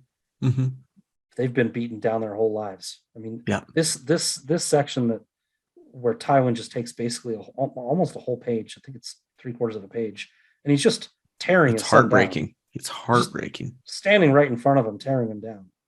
And I couldn't get this person to agree to a marriage. I couldn't get this person to agree to a marriage. They didn't want to marry you because you were this. This person said this about you. This. Yeah. There's no one. We're not worthy of. I think he literally says you're not worthy of anyone in the realm, but we'll find somebody, right? And he's so used to hearing that it probably sends him to a dark place, and he's just like, anything to make this stop. Okay, sure, I'll do this. Like, let's, and he, Tyrion relies on his intellect to fight back a little bit, maybe, but he basically ends up the same way as Cersei does, cowed. Right? Okay, I'll do what you say. Yep. He was manipulated into it. He even has a moment where where he's just feeling bad for Sansa. He's like, I can't believe you do this to her, right? And even that isn't enough to, get him to stay on the path of saying no. Like, the power Tywin has over him is too strong. So strong. Oh my gosh, dude. Yeah. It just hurts. It hurts. Because he tears down. Yeah. And then he comes in like he's some hero. Yep. Saying, look Here's at this thing. What I'm going to give you, though. Yep. I'm going to give you Winterfell. Yep. I'm going to give you this beautiful wife. And I mean, on the surface, you look at that and go, wow, that, all ickiness of Sansa only being 13 aside, we are in this world of Westeros. All ickiness of 13-year-old girl aside, this is a good reward in a vacuum for Tyrion, right? You're marrying this highborn noblewoman of, you get all this land. That seems great. But it wasn't the reason Tywin was doing it. He wasn't rewarding him because he loved his son or something and he wanted the best for him. He's doing it for all those reasons we talked about. Just plugging holes throughout the realm like Tywin does. Plug a hole, plug a hole, plug a hole, plug a hole to keep House Lannister on top. It was like, I was thinking about, what would this be related to? It'd be like if you took your wife on a work trip with you, right? That you were going to go on anyways. Mm-hmm. But you're like, oh, I'm going to take my wife. And then I can label it as a romantic getaway. Mm-hmm. See, honey, I'm taking you places. I'm taking you on this romantic getaway to Cleveland or something. It's a nice place out here. But you know what I mean? Like, that's what Tywin's doing here. He's wrapping it up in a different package than what it is. Mm-hmm. And I'll add a couple things to that real quick. So, please, much like Cersei, he's giving her what might be thought of as an attractive package. Mm-hmm. He's giving Tyrion what he believes to be an attractive package.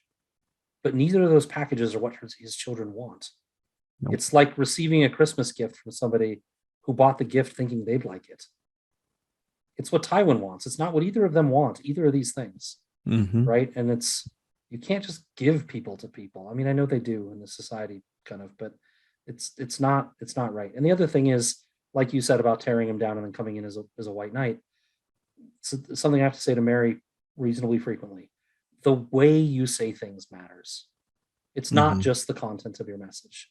It's not just that he's, offering him this opportunity to wed Sansa, who he thinks is maybe he even really does legitimately think it's a good match for Tyrion. But tearing him down first and then delivering it is a bad way to deliver this message. It's hurtful and wrong. Right. And that matters. 100% matters. Yep. Even if what you're saying is completely true, Mary. I've had this this conversation with Luke is very similar in that way to Mary. And it's like, no, it can be true, but it matters the way that you present that truth to somebody. Yeah. Timing, feeling, all those different things. Yep.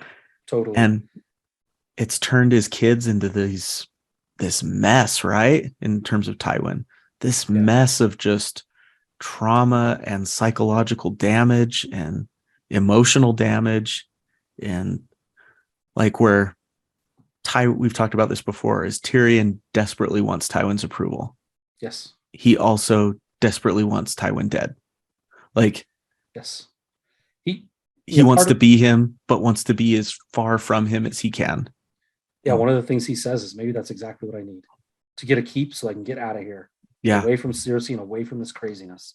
And, way back when we did like our own personal canons for where these characters will end up someday.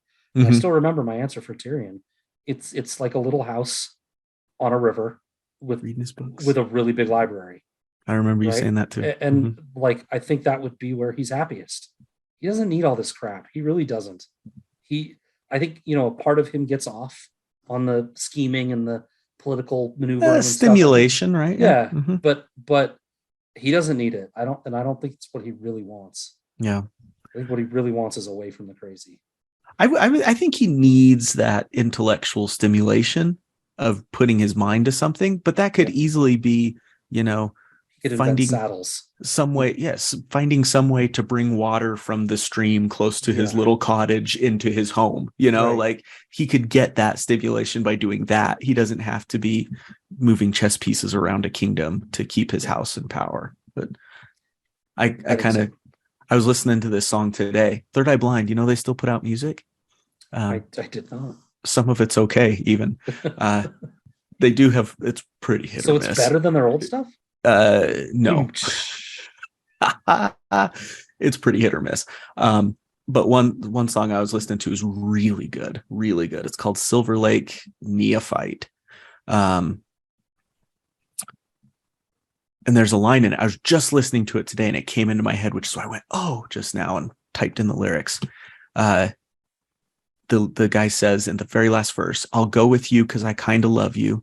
If I see you again, though, I think I'm going to kill you because we'll keep doing this, waiting around for someone who doesn't want me to want me. Yeah. Departed again. Yeah. One of the characters in The Departed he says, if this isn't going to work, you have to leave me because I'll just stay forever. I'll never leave. He doesn't understand that leaving is something he can do. Mm-hmm. And he'll just keep trying. He'll just keep banging his head against the wall. And that's Tyrion and that's Cersei. Yeah. Yeah. I mean, yeah. I don't want to get into the, do I want to go here? We'll try to keep it brief. Okay. Tyrion and Sansa married and everything. And reading these chapters prior to their marriage reinforced to me just how much Tyrion's, I'm making quote fingers for those who are just listening to it, need to please his father and do what his father says goes into that, ugly scene in the bedroom, right? Where he literally has to get himself drunk and try fondling her just to arouse himself to do what he needs to do because his dad expects him to do it. Yeah. And then, to his credit, and, he doesn't treat Sansa well, but to his credit, just on the dad pleasing side of things. Yep. He's able to. He doesn't do it. Mm-hmm. Right. And I think that's interesting growth for him. It's one of those things where Tyrion's hatred of his father, I think, is stronger than Cersei's and Jaime's. Mm. And sometimes it overpowers the need to please. Right. And I think, that's what we got there. And maybe, to his credit too, the fact that he sees this girl that is young and doesn't want him and is put in this terrible position, just, losing family members left and right and not in a good place and doesn't want him, shouldn't be in this position. And, he's expressing that in this scene, right? Why would you do that to her? He knows it. Yeah. Why? Now. That's what made me want to go back and look, was seeing him defend her to his dad. Yeah. Yeah. Oh, just seeing how this trauma just manifests itself in so many different ways. But I like what you said about how in that moment, despite his best efforts to the contrary, I wouldn't call his best efforts, but his efforts to the contrary. Yeah. He even says in the chapter, "Come, we must do our duty," or something like that, right? The hatred he has for his dad overpowers that in the end. And maybe, like you said, also part of it, the other part being sympathy or pity for Sansa too. Right. And part of that feeling of, I'd prefer a wife who wants me in her bed. So a bit of self-pity there too. Anyways, so much goes into those kind of things. Can we talk about Peter really quick? Yes. So the very beginning of this section has Tyrion calling out that Peter is going to sell them down the river, just like he did to Ned Stark and other people along the way. And that is exactly what Peter's going to do, right? Like he's used the most powerful family in Westeros, the king's family. He's used those relationships to set him up to become the Lord of the Eyrie, essentially.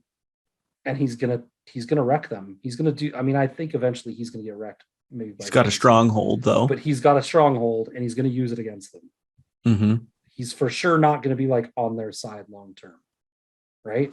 he's playing Oh yeah, this, and I for totally sure. think Tyrion's right here. Yeah, Right, he's not he to be is. trusted, Hmm. and putting a man like that in power is dangerous, as as we've seen. Because he's so good at stepping stones, right? Yeah, He's not going to make that mad grab. yeah, He's going to be like, I'll take one thing at a Harrenhal. time. Yeah, Harrenhal's great because what it'll give me is some degree of legitimacy to then make that next step, yeah. right? Well, and Harrenhal's not the end game. he's been playing them the whole time. Lysa's all in on him regardless. Yep. Yeah. Lysa would take him if he was just the owner of sheep pellets, right? Like he's playing them completely. Hmm. So Yeah. Peter understands image matters, though, in this yes, kingdom, too. He says it about Robb Stark, where he talks about it doesn't matter because Robb Stark to the small folk is still undefeated. It doesn't matter if you quibble about, oh, well, he didn't really lose this one, or he wasn't really. It doesn't matter because what the yeah. people see is a guy who hasn't lost a battle to you The yet. wolf boy won't lose. Yep. Yeah.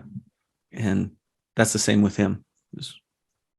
I have to be a lord of something because that image matters. Even if it's Harrenhal, even if it's a burned husk of a cursed place. Yeah. We get the little text there about your boy Willis.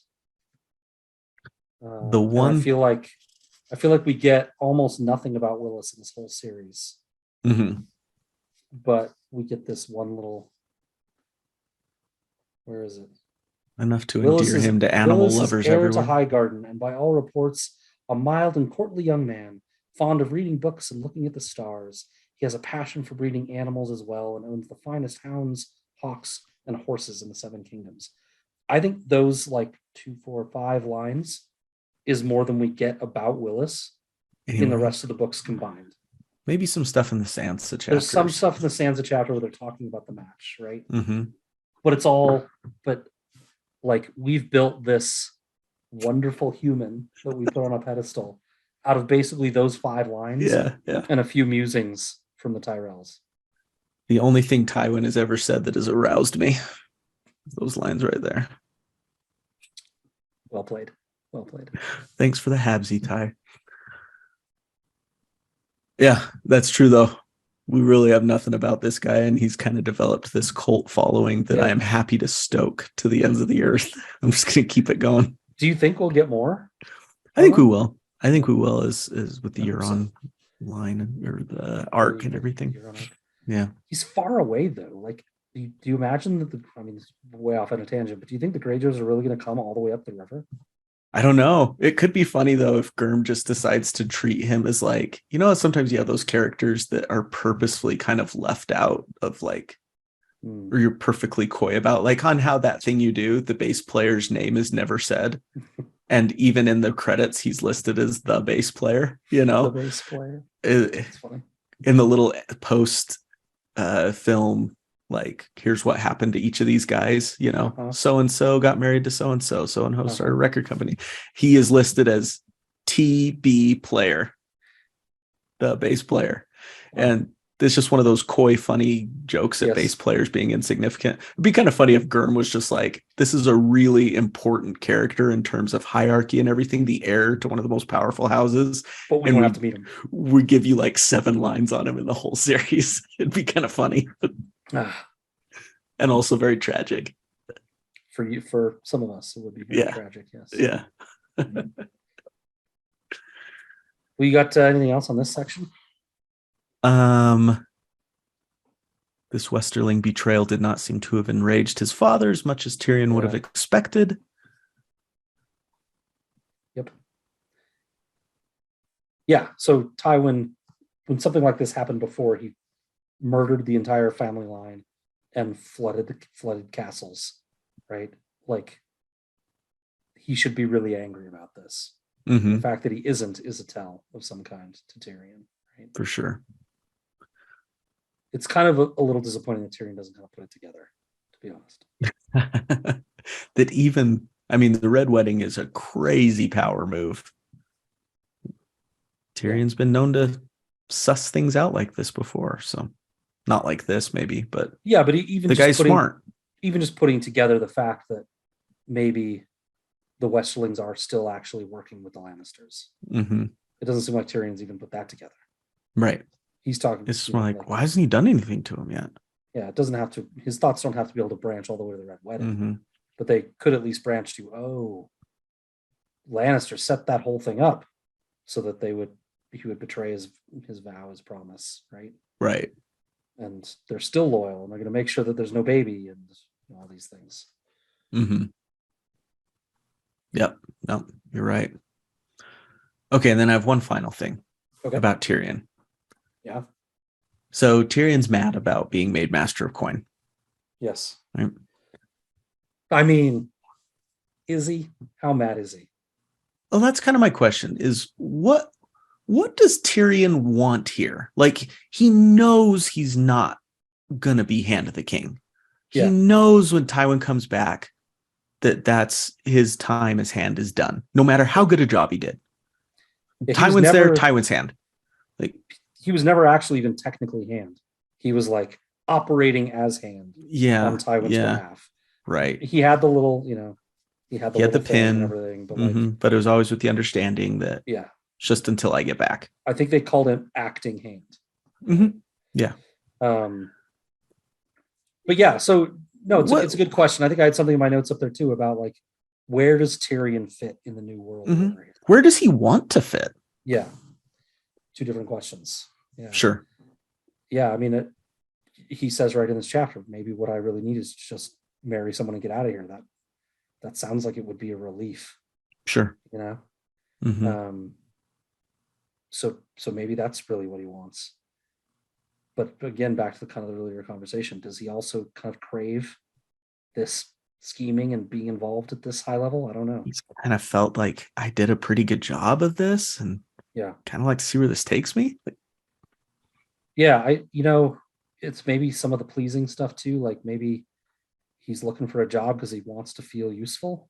Mm-hmm. Yeah. What does he want to do really? I think just like bang Shay over and over again. Like I sometimes I don't think he's a guy with a lot of like aspirations. He's kind of muddling through, and he's so talented, but to what end type of thing again. Yeah. To what end? I wonder. Because I think this influences a lot of the way Tyrion acts in this chapter, and maybe his inability to grasp certain things like we've talked about, is Tyrion goes into this meeting hot, right? When you read this chapter, you sense a bitter, upset, ready for a fight attitude. He goes in there just upset. Yeah. And a little arrogant too, about being better than the other people in the council, being able to see what his father is doing. Absolutely. But the also stuff like, what am I doing here with these people? Yeah, the stuff he like, the barbs he throws and everything, he's hot right now. And that you don't deal with someone when they're hot. Like, he feels disrespected, right? He feels like he won this battle for them with his chain, right? And his partially his command out there. And he doesn't feel like he's getting the credit from his father or anyone else for it. He even gets some credit and kind of negates it. It's like, they're just these little. Just saying that. They're just saying that. Yeah. Mm-hmm. You're right. He seems bitter and angry. Yeah. And that totally influences your ability to think things through. You've been in conversations where you just have to like walk away and calm down and try again. Way too many. Yeah. And sometimes I don't walk away and I don't calm down. And I've gotten up in a bad situation. I've gotten a lot better at walking away, but I think it's more just like quitting. Mm-hmm. So I don't think it's really a good thing. You don't revisit it? No, I mean, I do. It usually doesn't take me that long to calm down. Okay. And, usually I think we do revisit it, but I don't know, maybe it's still growth I need to have. But when I walk away, it feels like I'm just abandoning, especially if it's like a fight with the kids, or something. And I'm just like, I can't do this right now. I'm walking away. Well, what am I really doing? I'm leaving Aowen to solve it with them. Like that's quitting. I see. That's not helping. So I feel bad when I do it, but honestly, like, it's probably still better that I leave, because the way I get and how intense I get when these fights are happening and trying to make my points, and the lack of patience, like I probably am making it worse by being there in these cases. you know. And yeah, to that point, like, I don't want to give like Tyrell and Redwine and these guys too much credit, but it could be that they really are like trying to give Tyrion a bit of a compliment. Remember, we're Oh, I'm seeing sure this they are. from his POV. We're seeing it Yeah. from his POV. He's come in hot, and he's also come in as a guy that is so completely unused to receiving any sort of compliment that he has no idea how to take a compliment, really. Yeah. Everything if ever he gets a compliment, it's always like, well, what do they want out of this? And there could be some of Tyrell and Redwine trying to like posture, and Tyrell in particular being kind of like, this guy might be in-law here soon, so I've got to ingratiate myself a bit. But there could just be a sense of Tyrion just not, this trauma that we've talked about, making him completely unable to receive any sort of kindness towards him and receive it with any sort of grace. He strikes me as the kind of guy that's not usually great at receiving kindness. Mm-hmm. Right. And he's angry because he's never gotten it. Yeah. So it's he's going to be worse at it now. Mm-hmm. I bet. I mean, even if Tyrell and Redwine and Mathis, Rowan, mm-hmm. Mathis Rowan. Aha. Ugh. Okay. Good. I'm getting old, Good. Matt. My brain is good. Even if they, are just kind of hamming it up a little bit, I doubt they're being insincere. It's just they're in a good mood. Him. They know they're about to get a bunch of land. They're in a great mood. They're in a small council meeting with Tywin Lannister, and their name's on the agenda. You ever been, Matt, just like in a good mood, and so you're talking nicer to people that you usually aren't that nice to, and you're like, totally, yeah. Like they're maybe doing some of that, but I bet they mean it. I bet they're like, I heard your chain was a brilliant idea. Well, it was a brilliant idea. Thank you. Yeah, thanks. Yeah. I mean, listen, I'm really bad at taking compliments, so I can relate to Tyrion here. Yeah, you can relate. I'm also angry like Tyrion is, so like I can relate to it. Yeah. But here's the point I'm trying to make is that hotness that he came into the meeting with just completely affected everything, how the meeting went. It's doing a disservice to his ability to provide value here in the meeting and to himself, right? Because he's not trying to provide value. He's trying to like sting people. Yeah. That really is kind of, I mean, I think you're right. He's angrier here than normal, but like, that's usually kind of his bag. Let me sit up on the corner and throw the barbs in. Let me just throw insults around a little bit. Be the clever one. I've been told my whole life that I don't provide value any other way. So yeah, I'll do this. It's a role he's kind of taken on over time. Right. Mm-hmm. I know that my wit has value. I get laughs sometimes. Let me just do that. I can sink into that role easily. Yeah. I think that's all I got. All right. That actually went longer than I thought it would, but no, it was good. It was she said, discussion. And it's nice. Yeah. That doesn't normally happen. Never mind. I mean, sometimes it's nice. Sometimes quick isn't so bad. Yeah, I said it. No. Okay, fine. Yeah.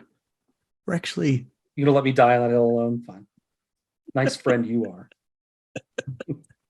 I mean, we can say it. Sometimes it might be true. I don't know. Weigh in, fans. Don't ever. Okay. Shall we move on? Let's talk about you some more, buddy. Mm-hmm. So as those who've listened to Meet the Khalasar know, this second round of questioning tends to focus more on our Khalasar members' relationship with the Song of Ice and Fire. So Scad, we've been at this podcast for 8 years. You've been reading this series for longer than that, 11 years probably. Something. What keeps you coming back to it after all this time? I mean, truth be told, I don't. Right? I mean, I haven't read this series in full since like 2018 when we finished. Sure. Something I don't remember the date really. I think it was around there. I did maybe a year and a half ago. I got about a third of the way through a Game of Thrones, then put it down to read something else. I don't even remember what it was at this point. Maybe it was King Killer again. I don't remember. So, I mean, I think it's you, Matt, that keeps me coming back to A Song of Ice and Fire and the Khalasar as well. right? I mean, if I seriously ask the question, I wonder you too. If I really ask the question, would I be reading this again without my podcast, without the fandom dragging me along? Like, would I? I Right. doubt it. I'd be reading something else, right? Mm-hmm. So, but that response is very snarky, and I don't really mean it to be. No, I not love really. these. I love these books. I haven't read anything else 4 times, except maybe Hamlet. I Mm-hmm. love George's treatment of characters. I love, the arcs. I love how he can switch voices so effectively for the different POVs. How it spans just so many different storylines and perspectives and angles, and how he kind of weaves them together. I mean, I think it's a fantastic story. I love it, right? But I don't know that I do keep coming back to it. I mean, we kind of come back to it Well, enough we to cover do. our Yeah, episodes, we do. Yeah. but I haven't read the series in full for a while. I should remedy And that. same as you. Same as you. Yeah. I mean, it would be interesting. It'd be interesting to keep a tally of like which chapters we've read, Yeah. just jumping around, prepping for episodes, Yeah, we things might like have gotten that. through most of another read. And Yeah, then that's go, true. how many times have I read this book just based Yeah. on. It'd be interesting to see if there are any chapters out there that we haven't touched in preparation or as official covered chapters since we first covered them in our reread. You know what I mean? Yeah, I think there for sure are. I mean, like I don't think we have had, other than the fact that you just picked one, I don't think we did any Game of Thrones chapters, did we? No, In our Meet the Khalasar stuff? that And would probably be where they would be, as in our what game. ifs would have come through some of them too, maybe. But Yeah, but like, yeah, prep for episodes. Like, yeah. if there's a chapter I haven't touched at all since I'm certain there are then, lots that I haven't touched. it'd be interesting. No, but I love that answer. That's one that shows, what community means, Yeah, but also just a really good book series that exists in a world with a lot of other really good book series it's true. that Yeah, we like to read too. yeah, So you talked about the characters, and sometimes the Song of Ice and Fire characters can be very frustrating. We'd love to take them under our wing sometimes and give them a little bit of guidance. So, Scad, we talked about you being a dad and everything. Who in the A Song of Ice and Fire world would you like to take under your wing and parent a bit or a lot? in our world or in that world? In that world. Well, Yeah, I'll take whatever. Whatever I you've mean, got an answer prepared for. I'd like to hear them both. I'll pass first of all. Like, the world sucks for like almost everybody. Living in Westeros sucks Hard for like pass. all but Hard a pass. handful of people. But that's no fun. So I'll answer the question. Yeah. I picked Chet and Pate Oh, okay. because I feel like they're just two terrible kids that are probably mostly terrible because they had terrible parenting. Mm-hmm. And like, I mean, Pate specifically, I don't remember a lot of Chet's baggage, but Pate, I mean, I know both of them really, they have a complete lack of understanding of, how to treat women respectfully. They think of them as property. They think of them as something to be earned or won or paid for. Mm-hmm. And, to some degree in their society, that is the way it is sometimes, I guess. But I'd love to just set them straight, right? And try to give them something better to aim at, right? Mm-hmm. I am not a perfect dad. I've even said before, I'm not sure I'm really even that good of a dad, but I'm pretty sure I could do better than Chet and Pate's dads. Right. I love that. I also threw in Ariane too as a bonus because I think, I feel like maybe she's been talked at a lot and not to a lot, and then ignored a lot or too. heard. Yeah. Mm-hmm. And not heard at all. So maybe that. For my parent, I went the easy route. I'll take Mace. Yeah. He seems So the second part of that question dumb, but also like his kids seem to like him fine, and they seem well adjusted and quick on their feet. They're respectful and kind for the most part. Maybe it's an act, like everyone speculates. Maybe it's all an act, but I don't know. I don't argue with the results. I'll take Mace. That's what we said. The proof's in the pudding. Like, he's got 4 great kids. Like, we think. Yeah. Some of them are a little cocky and some things, but yeah. Freaking Garland Tyrell stood up to Joffrey in front of everybody. Like, well, in a little bit of a way, but yeah. So that was the second part of the question. I think I neglected to ask it, is who in the A Song of Ice and Fire world would you like to be your parent? And Mace would be great. You'd get to, you'd kind of get free run of things because I mean, I guess a deeper answer would be like, I haven't really met a parent I really loved, Sure. that I thought was great. Hmm. We don't know a lot about Mace's parenting style, but like you said, proof is in the pudding. It's like, oh, well, the kids seem, they seem well adjusted. I'll take Mace, I guess. Yeah. You'd go to the best soccer schools. You'd, Yeah. Yep. you'd have I'd an be, awesome room. I would You'd be have put all in the gaming tournaments. systems. I would be put in tournaments against fearsome foes far too early. That's You a would. risk. That's true. Yeah. You'd be playing in the U14 division as Yeah. U12, you know. I mean, you do get the sense maybe that Mace pushes his kids in directions he wants them to go. Sure. That seems pretty normal for this, you know. This And world. Yeah. we've talked about that too, like how much you push your kids towards stuff. Hmm. You want them to do something, With like like this, with a if they certain amount just of sit foresight, there. what you hope is foresight. Yeah. But if they just sit there and don't do anything, you're like, they're not learning any skills, they're not making any friends, they're not Yeah. getting any sort of perspective about things. They're just sitting there. I got to push something on them, right? Hmm. So Oh, it's hard. Like that was you a don't big want to thing.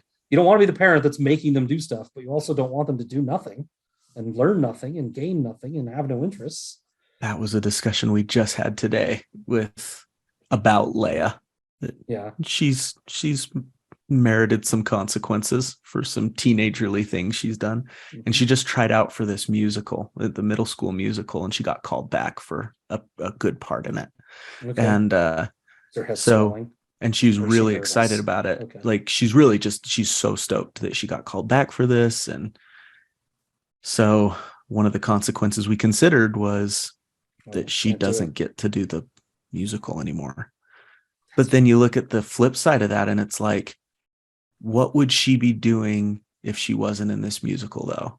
Yeah. She'd be at home on her phone, like at least if she's doing the musical, she's engaged and doing something that's making her better at something. It's giving her Mm-hmm. something to direct her energy towards, but it's also something she really likes. So would that make a big impact if we took that away from her?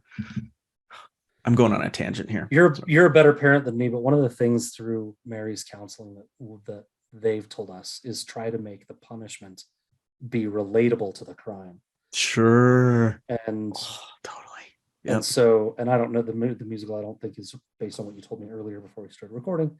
I don't think it's super relatable to the crime, but I don't know how you would maybe translate a punishment for that crime. So Yeah. something to So think we about. didn't. She is going to still do the musical. Okay, good. Yeah. I mean, I was rooting for Leia to do the musical, so I'm glad. Yeah. That was the thing, though, is yeah. But it was, we want to teach her a lesson about the stuff that she's doing. And in this case, it was some selfishness things with her brothers, that her selfishness was leading to time taken away from them. She was for example, hanging out with friends after school, and her siblings would have to wait around for her before they could go home. Right. Mm-hmm. So a punishment to fit that crime was she now gets to do their chores for a certain amount of time after Something to school save them time, to to give them give time that back. to give that time back I love to it. them. So That's great. we'll see if that ended up being a good choice or not. But I think it sounds good. yeah, we'll see. Seems good on paper. We're bad at it, by the way. The advice I just gave you, we're terrible at following. Oh, it's hard. You're being bad. No watching. What does that have to do with the crime? Yeah. I don't Give know. me But your phone. it's the only thing you value, so it's what I'm taking away. That's what we go to, right? What will make the most impact? Yeah. I totally hear you, buddy. It's hard. Sorry, this is about you, not about me. I forgot anyone was listening. They might not be. Scad, Winds of Winter. What is a Winds of Winter? The theory that's been bandied about the fandom, or that you have just yourself about the Winds of Winter, that you feel all the evidence points to it. It's spot on. No question in your mind. It's going to happen. So I kind of cheated a little bit. I mean, first of all, props to us and several other people that called the Aegon nose theory that we've seen on House of the Dragon is basically true. But that feels like cheating now. I can't use that one. I wouldn't say that all the evidence points to this, but cheers. But it's more, I would say the evidence doesn't point to it, but it's more about the essence of story and what I think George is crafting here. and the themes that he is beating us over the head with over and over again about war and destruction, and it being bad for the small folk and being bad for basically even the rich folk. It's bad for everyone. And the idea that Dany is going to be, an out and out villain of, destructive force. I don't believe that. I haven't believed that for a long, long time. I still don't believe it. I think I said it on a panel at the last Ice and FireCon. I think for this story to mean anything, for the narrative that George is telling, I feel like there has to be a Targaryen that sees what this is and breaks the cycle, that can see the violence that we're pounded with in this series and how destructive and terrible it is, and make a choice and not do it anymore, to no longer use these dragons as Death Stars, to overcome the destinies of her forebears, and where everything looks like it's headed.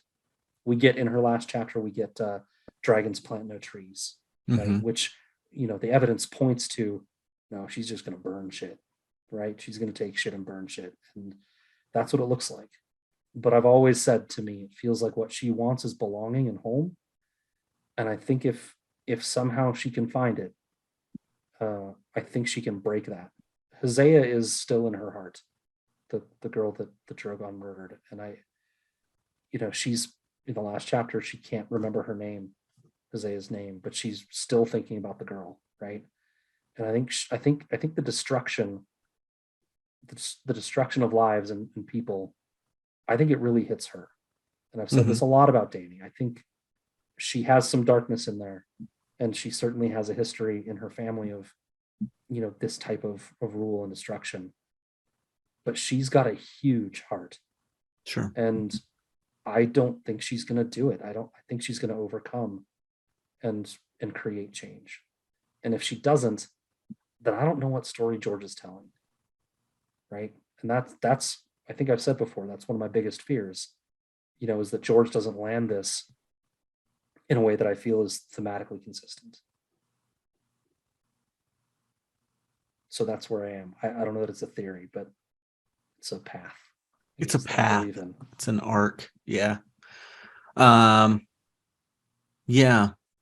Because there's obviously that idea that maybe she decides to not act that way, and then she doesn't get what she wants because the Game of Thrones and she wasn't ruthless enough. And the whole idea is that you have to be ruthless and you have to channel that dark side of you to be able to get anywhere. And then to your point about themes, I wonder if that's like, well, is that really a theme in and of itself? That, are you just being bleak for bleak's sake, Germ, or are you really trying to get somewhere with these characters? And I think what you're saying is you can get somewhere with these characters that doesn't just involve being like, well, that's life in the real world, son.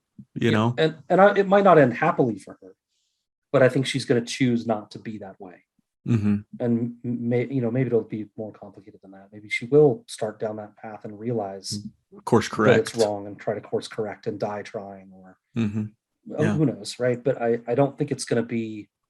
I don't think it's going to be the out and out villainy that it burn like King's Landing to the ground. That it seemed like the show painted. Again, I didn't watch it, but from what it's a big leap. Told me, I don't think that's where we'll land. Right. I like it. Thanks for saying that. Let's jump to the High Tower. And you just got a little bit of a chubby as soon as I said the word High Tower, didn't you? Because you are the High Tower. You are the tower of knowledge of the High Towers. So for the people in the back, can you summarize what you think the High Towers are up to right now in the story, or what they've been up to and where they're at? Yeah. First of all, I'm not the High Tower Scion, right? Joe Magician. You are to me. Well, okay. Thank you. And I love them, and I do feel like I know some things, but mainly I just have theories about them and like them. But Joe Magician has forgotten more about the High Towers than I'll ever know, and probably could put all this more eloquently if he believed it. I don't think he feels these things that I feel, but Aziz for sure. Also, lots of people have way more knowledge about the High Towers than I do. Still, I am interested in them, and I think I have a different idea of where they're headed than most people do, which is kind of the thing that I claim. I actually believe that the High Towers are going to lay a whooping on Euron Greyjoy. That's the summary. They're going to lay an ass whooping on Euron Greyjoy, the false prophet. The Cliff's Notes, or Cole's Notes, I've learned, is what they're called in Canada. Really? Cliff's Notes, yeah, Cole's Notes was actually first, and then Cliff's Notes came after. Freaking anyway, it's a Canadian company. Arrogant Americans. George wrote the High Towers as essentially the oldest family around. I think they're literally the oldest family still in existence in Westeros. They survived thousands of years, tens of thousands of years, really, of wars and conflicts. They built a big tower on top of another tower, on top of another tower, on top of this place called Battle Isle, which is polished black stone, right? Not the oily kind. They engineered to have both the center of learning and faith in Westeros both exist in their city. They're the second richest house in Westeros. And through it all, with very few bumps, they've stayed above kind of all the meddling and ruling. And they've always munched kind of smelling like roses themselves. And how and why is the interesting part, right? And I don't know. I don't have answers, but I theorize that I think it's because they know something about the war for the Dawn to come, that Battle Isle is somehow important to that. And so they've positioned themselves better than basically any other house in Westeros to be ready for that conflict. And they've been literally doing that, positioning themselves for thousands of years. And they don't have some stupid dagger with a useless phrase on it that controls their legacy. They have notes and scrolls and a whole library of stuff in that tower that is geared toward making sure they're meeting this destiny they have. They aren't too proud or impatient to keep their eyes on what's important, and that is being available for what they're needed to do in this conflict. Now, there are some holes in there. The High Towers, as we just saw in House of the Dragon, the High Towers do engage occasionally in things, and my explanations for that are long, and we don't need to go through them all here. But that's my take on the High Towers, that they are immensely more important than George has led on so far, and that they're going to be a big part of Wins and Dream. Oh, I hope so. That even got me more excited. You talking about the history and Battle Isle and that potential importance. Go High Towers. Makers of Lorath are tied in somewhere, we think. We know that. That's a theory that you and I are taking down with us. Very good. Well, I love it. I really hope that we get more out of them. Because I just want to see you happy too. If I'm wrong and Euron Greyjoy mops the floor with them, just smashes them. That's what most people think will happen. And if that happens, I'll eat my crow. I don't feel like George has spent this much time giving them this much history to just have them get wrecked, to just smash by a family that historically all they ever do is fuck up and fail and get beaten. Yeah. I feel like George tells these stories in a way to mean something. He didn't build the Greyjoys up to be conquering heroes. He built them up to fail. They always fail. They always suck. They win temporarily and then they lose. The High Towers have this massive history in this important place at this, what we in the fandom sometimes call a hinge of the world with this black stone. That means something to me. I don't think that's throwaway, right? And of course, just like the Dany conversation we just had, there's a huge spectrum of things that could happen. Maybe neither side wins. Maybe the High Tower gets destroyed, but they push him back. Maybe there's all sorts of ways that could happen. Yeah. But I don't think it's going to be Euron's crowning moment that most people think is going to happen. Mm-hmm. We'll see. What if like Mace fumbles as Mace has done, and the High Towers have to like step up? That'd be kind of cool. It wouldn't be the ending I want for my boy. Yeah. For my Willy Will. Just to use some text. We don't have much text on the High Towers, but we do know from one of those late Sam chapters in Feast for Crows, the High Towers are very active. Like, it gives us the impression they got a late start, but I kind of doubt it. They seem like they're always prepared to me. But they've got like 6 kids running around doing all sorts of things, getting ships from lease, building their own fleet up, training more infantry, Yeah. doing all sorts of things. Like they're going to be prepared, I think. Anyway. Yep. Give them a call. They're on. Well, in the sense of wanting to crescendo well with these questions, I'm going to switch them around again. Okay. We're going back to soccer. Scaddy, I tasked you with building your Song of Ice and Fire soccer team. You can pick a character for each position on the soccer field. Mm-hmm. I asked you to do that without really knowing how many positions there are on a soccer field, to be perfectly honest with you. 11 players. Okay. Positions depend on formation and all sorts of things. Oh, gosh. Okay. That makes it even worse for me. But there's no limits on age, gender, whatever. You can pick any Song of Ice and Fire character to play any position in soccer. Who would you pick? What position would they play? Build your perfect soccer team for us. So you want me to give you 11 players, because that's what I have.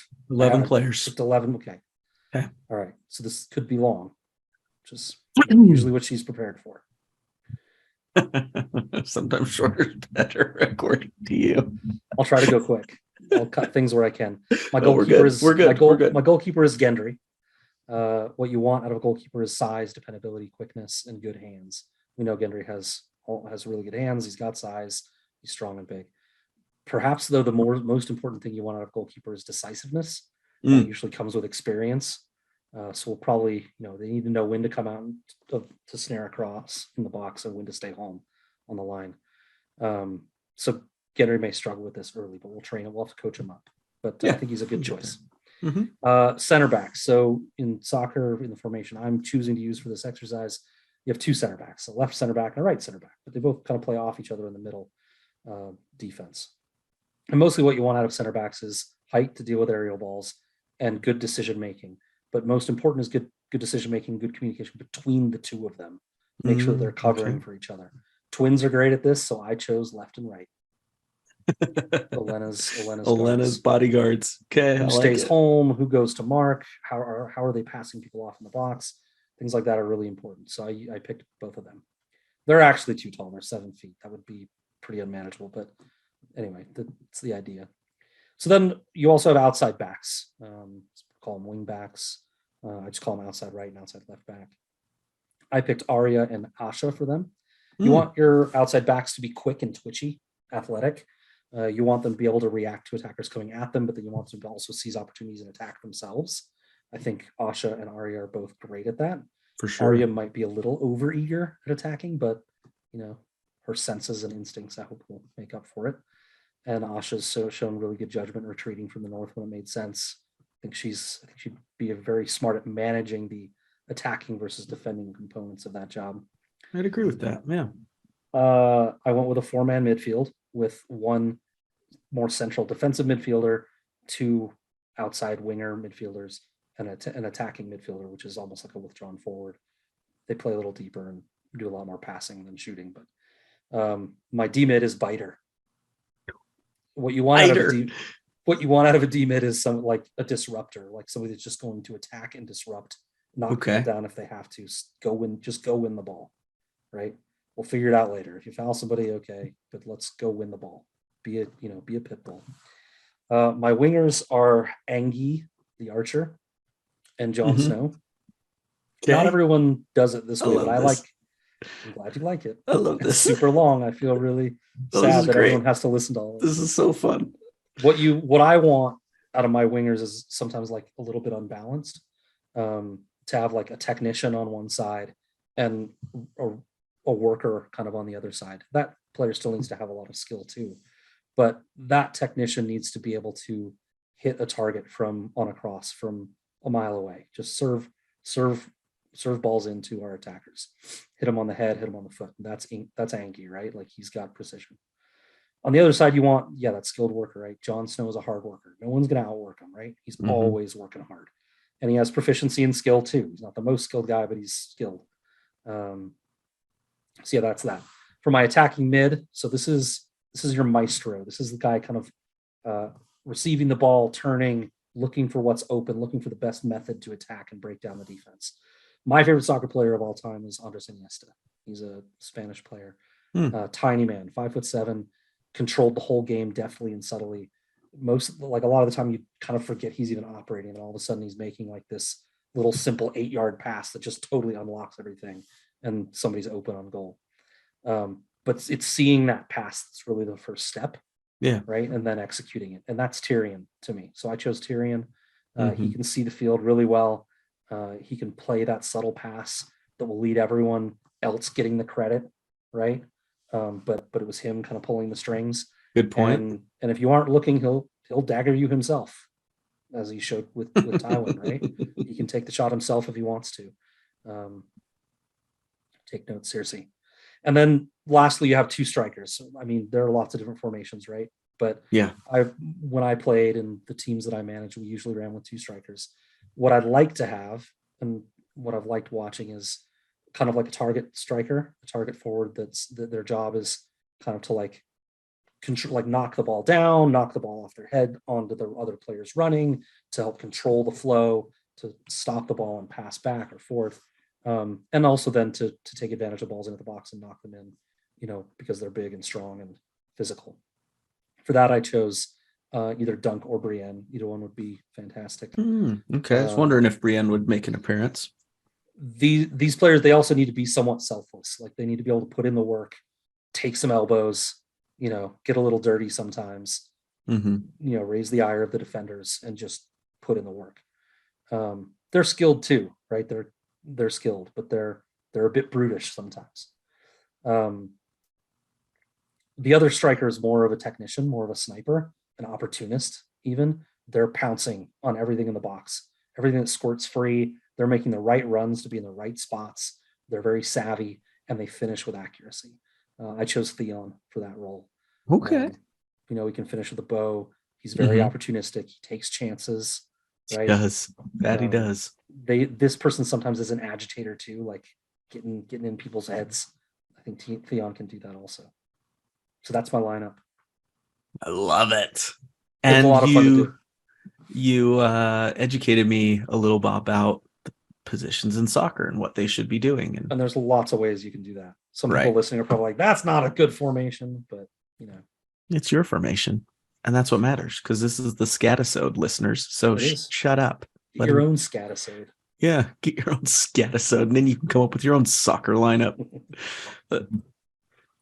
or football lineup. It was a lot of fun. That was the first question I answered. It took me a long time. Yeah. It was a lot of fun. Well, I'm glad you put some thought into it. I could tell you did. And it was fun to listen to, even as like a layman soccer fan. Good. Scad, you are an Ice and Fire Con legend at this point.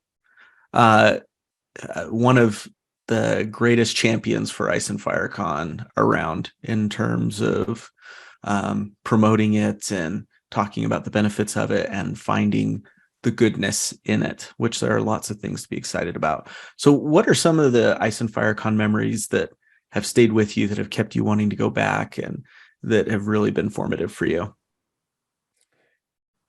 Yeah, so again, you're very kind with your language, but I don't consider myself an Ice and Fire Con legend.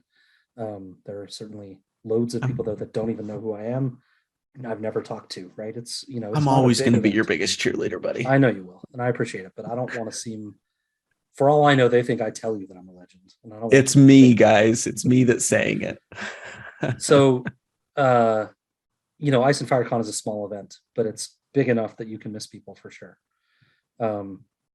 But to me, it's all about the people. And the reason I'm a big evangelist for Ice and Fire Con is because I feel like you can go there and just be with nerdy people and have fun and kind of at ease.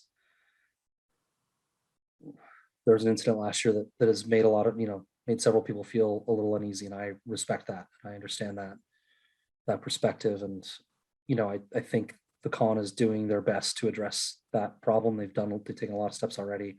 You can find all that on their website, iceandfirecon.com, about the steps they're taking.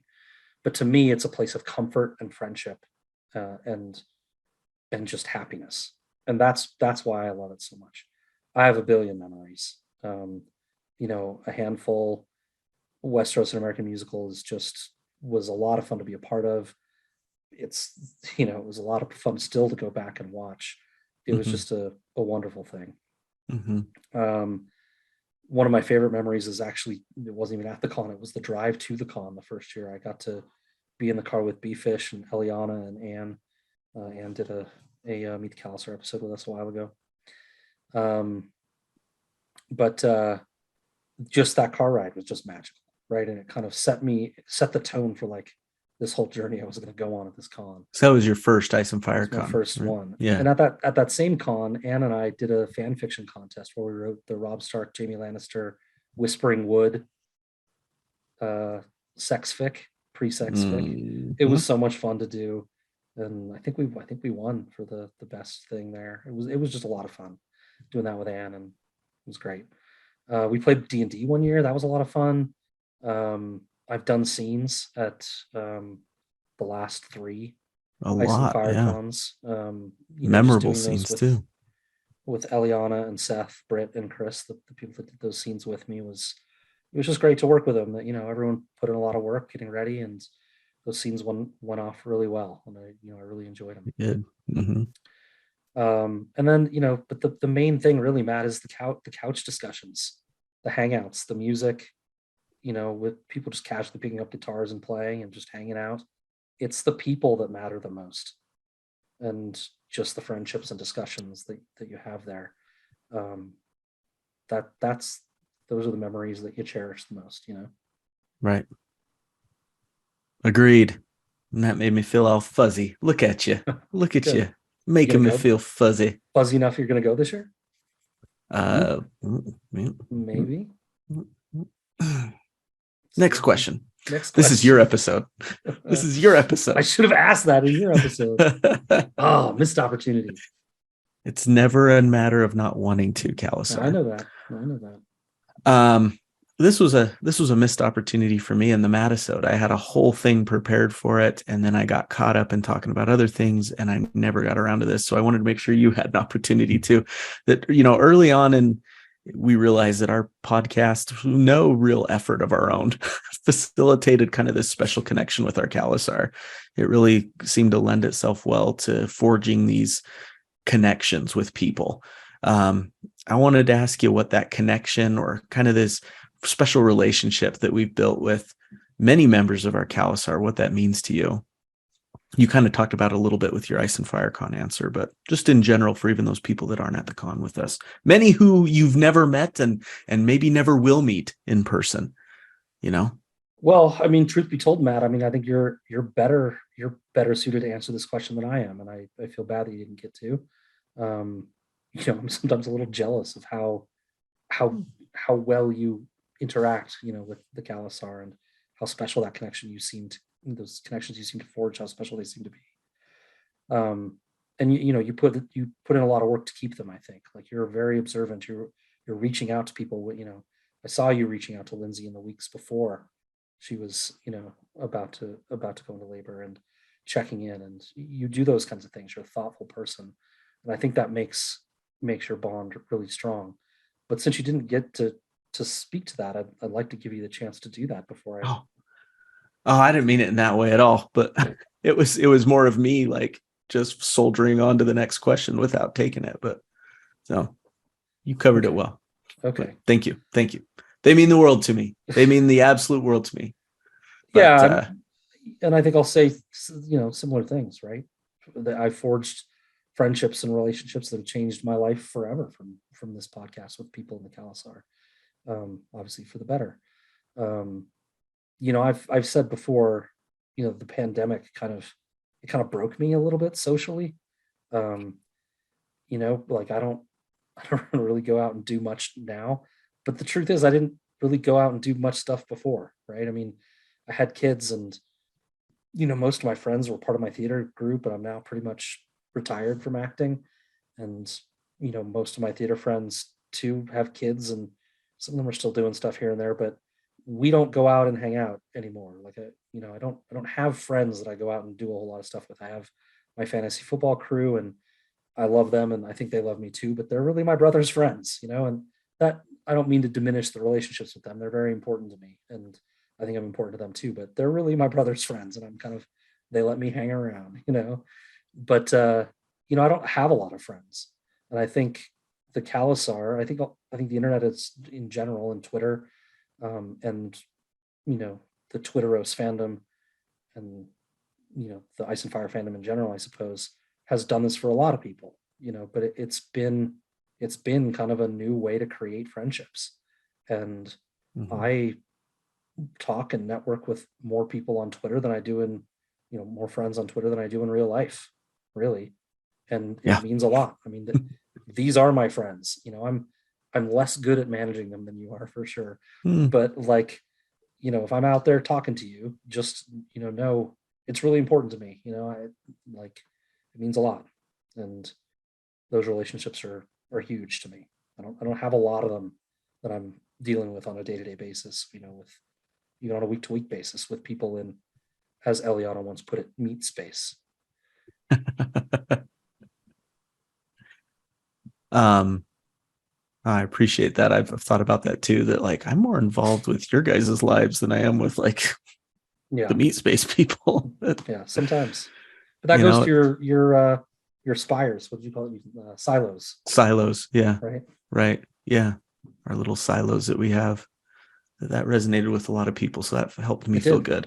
That I'm not the only one in those silos. But yeah, Scad, we look at these people it's unfair to single out just one, but the one that always comes to mind for me is our buddy Dent, who also did a Meet the Khalasar episode that, my daughter was doing a fundraiser, and Dent and I are friends on Facebook, and selling Swig cards. Swig is a soda company. They do mixtures of soda that doesn't even exist really outside of maybe Utah and Idaho, maybe Arizona. I don't think it exists anywhere else. I could be wrong. Yeah. Dent's sign me up for one. And so I was like, okay, yeah, sure. And he's like, oh, wait, I just realized they don't have Swig in Ohio. But that's okay. Just give the card to somebody else and put me down for the money. And the guy gave my daughter money, just to be cool. And that's so many people in our little Khalasar. It makes them really easy to love, Yeah. Go ahead. I've seen lots of things like that. I mean, with people needing help, right? With disasters and things like that, where people are just much more important than my daughter's choir tour fundraiser. Well, that wasn't what I was trying to do, but I mean, I just meant more that we're there for each other. The fandom of Song of Ice and Fire is there for each other, and it's been very meaningful. And I think our part in that is small, right? But it's an important part to us, and we've certainly benefited from being a part of it. Yeah. Well, you spend time on the things that matter to you, and we certainly see the time that you spend with the Khalasar. So, absolutely, and right back at you. I see that Scadicus popping up in my TL. Yes, I'm there. Sometimes obnoxiously. Really don't follow me. I'm kind of obnoxious with my political stuff. By the way, your thread about the Hallmark movie is hilarious. I'm not weighing in because I don't watch those, and I'm afraid I'll break the theme. Well, we need to keep it going. I'm afraid I'll break out of the zone that's acceptable, right? Because I don't watch them and I don't know the formula. We need to keep it going. I hope someone else hop in there. I'm reading every single one. So far, I'm afraid to do it myself. For those listening, we're trying to construct a Hallmark movie on Hallmark love story on a Twitter thread. And so I started it off. I kicked it off, and then our buddy Aaron has come in and done the second part, but we still need some others to weigh in. But I read it to my wife tonight, and she's like she was actually like, is it released? She was like, yeah, that's pretty spot on. Yeah, that's pretty much it. I love that the business is a Christmas tree vendor. Of course. Yeah. The guy owns a Christmas tree farm. Yep. And the fictional place is called Winter's Cove. Yes. Right. It's just perfect. Of course it would. All right, buddy. That's our Scadisode. Yeah. That's the questions I had for you. That was really fun. It was fun. It was more fun than I thought it was going to be. I was kind of afraid. Right? That's kind of how I felt. Well, good. I know I learned new stuff about you. It was inspiring. So I'm going to sign off first, and then I'm going to let you sign off. Sure. And I'm just going to sign off just with the reminder to shoot for the stars, and also just find joy in the journey. Find joy in the journey, Scad. You're doing a dang good job. And to the rest of you too. You're doing a killer job, Khalasar. Keep it up. My sign off is long. Good. Taking some inspiration from your Mariah Carey. I'm not going to say anything. Dang it. But I am going to read a selection from the Love Song of J. Alfred Prufrock, which is one of my favorite poems. Okay. I read it first in high school, and as I grow older, I revisit it from time to time. It's a poem. To me, it's about a man growing older, about the world kind of passing him by, and whether he should be pushing the moment to its crisis, which are words from the poem, to kind of risk his slow demise by changing his life, by approaching a woman that he believes has maybe been sending him signals, but coming to terms that maybe this is not his way or not his fate. So here's a section. It's from near the end. Well, what's the name of the poem? Can you say it one more time? And the then love the song, author too. The Love Song of J. Alfred Prufrock. It's by T.S. Eliot. I think it was Okay. his first published poem. Oh wow. I'm not certain of that. Just so people can look it up. I know they'll want to. Yeah. No, I am not Prince Hamlet, nor was I meant to be. I'm an attendant lord, one that will do to swell a progress, start a scene or two. Advise the prince, no doubt an easy tool. Deferential, glad to be of use. Politic, cautious, and meticulous. Full of high sentence, but a bit obtuse. At times, indeed, almost ridiculous. Almost at times, the fool. I grow old, I grow old. I shall wear the bottoms of my trousers rolled. Shall I part my hair behind? Do I dare to eat a peach? I shall wear white flannel trousers and walk upon the beach. I have heard the mermaids singing each to each. I do not think they will sing for me. It's a very long poem. Go give it a read. It's intense. Now I want to. Yeah. Well, I think they'll sing for you, Scad. Hey, thanks. All right, Khalasar. Good night, everybody. That is the Scadisode. Good night.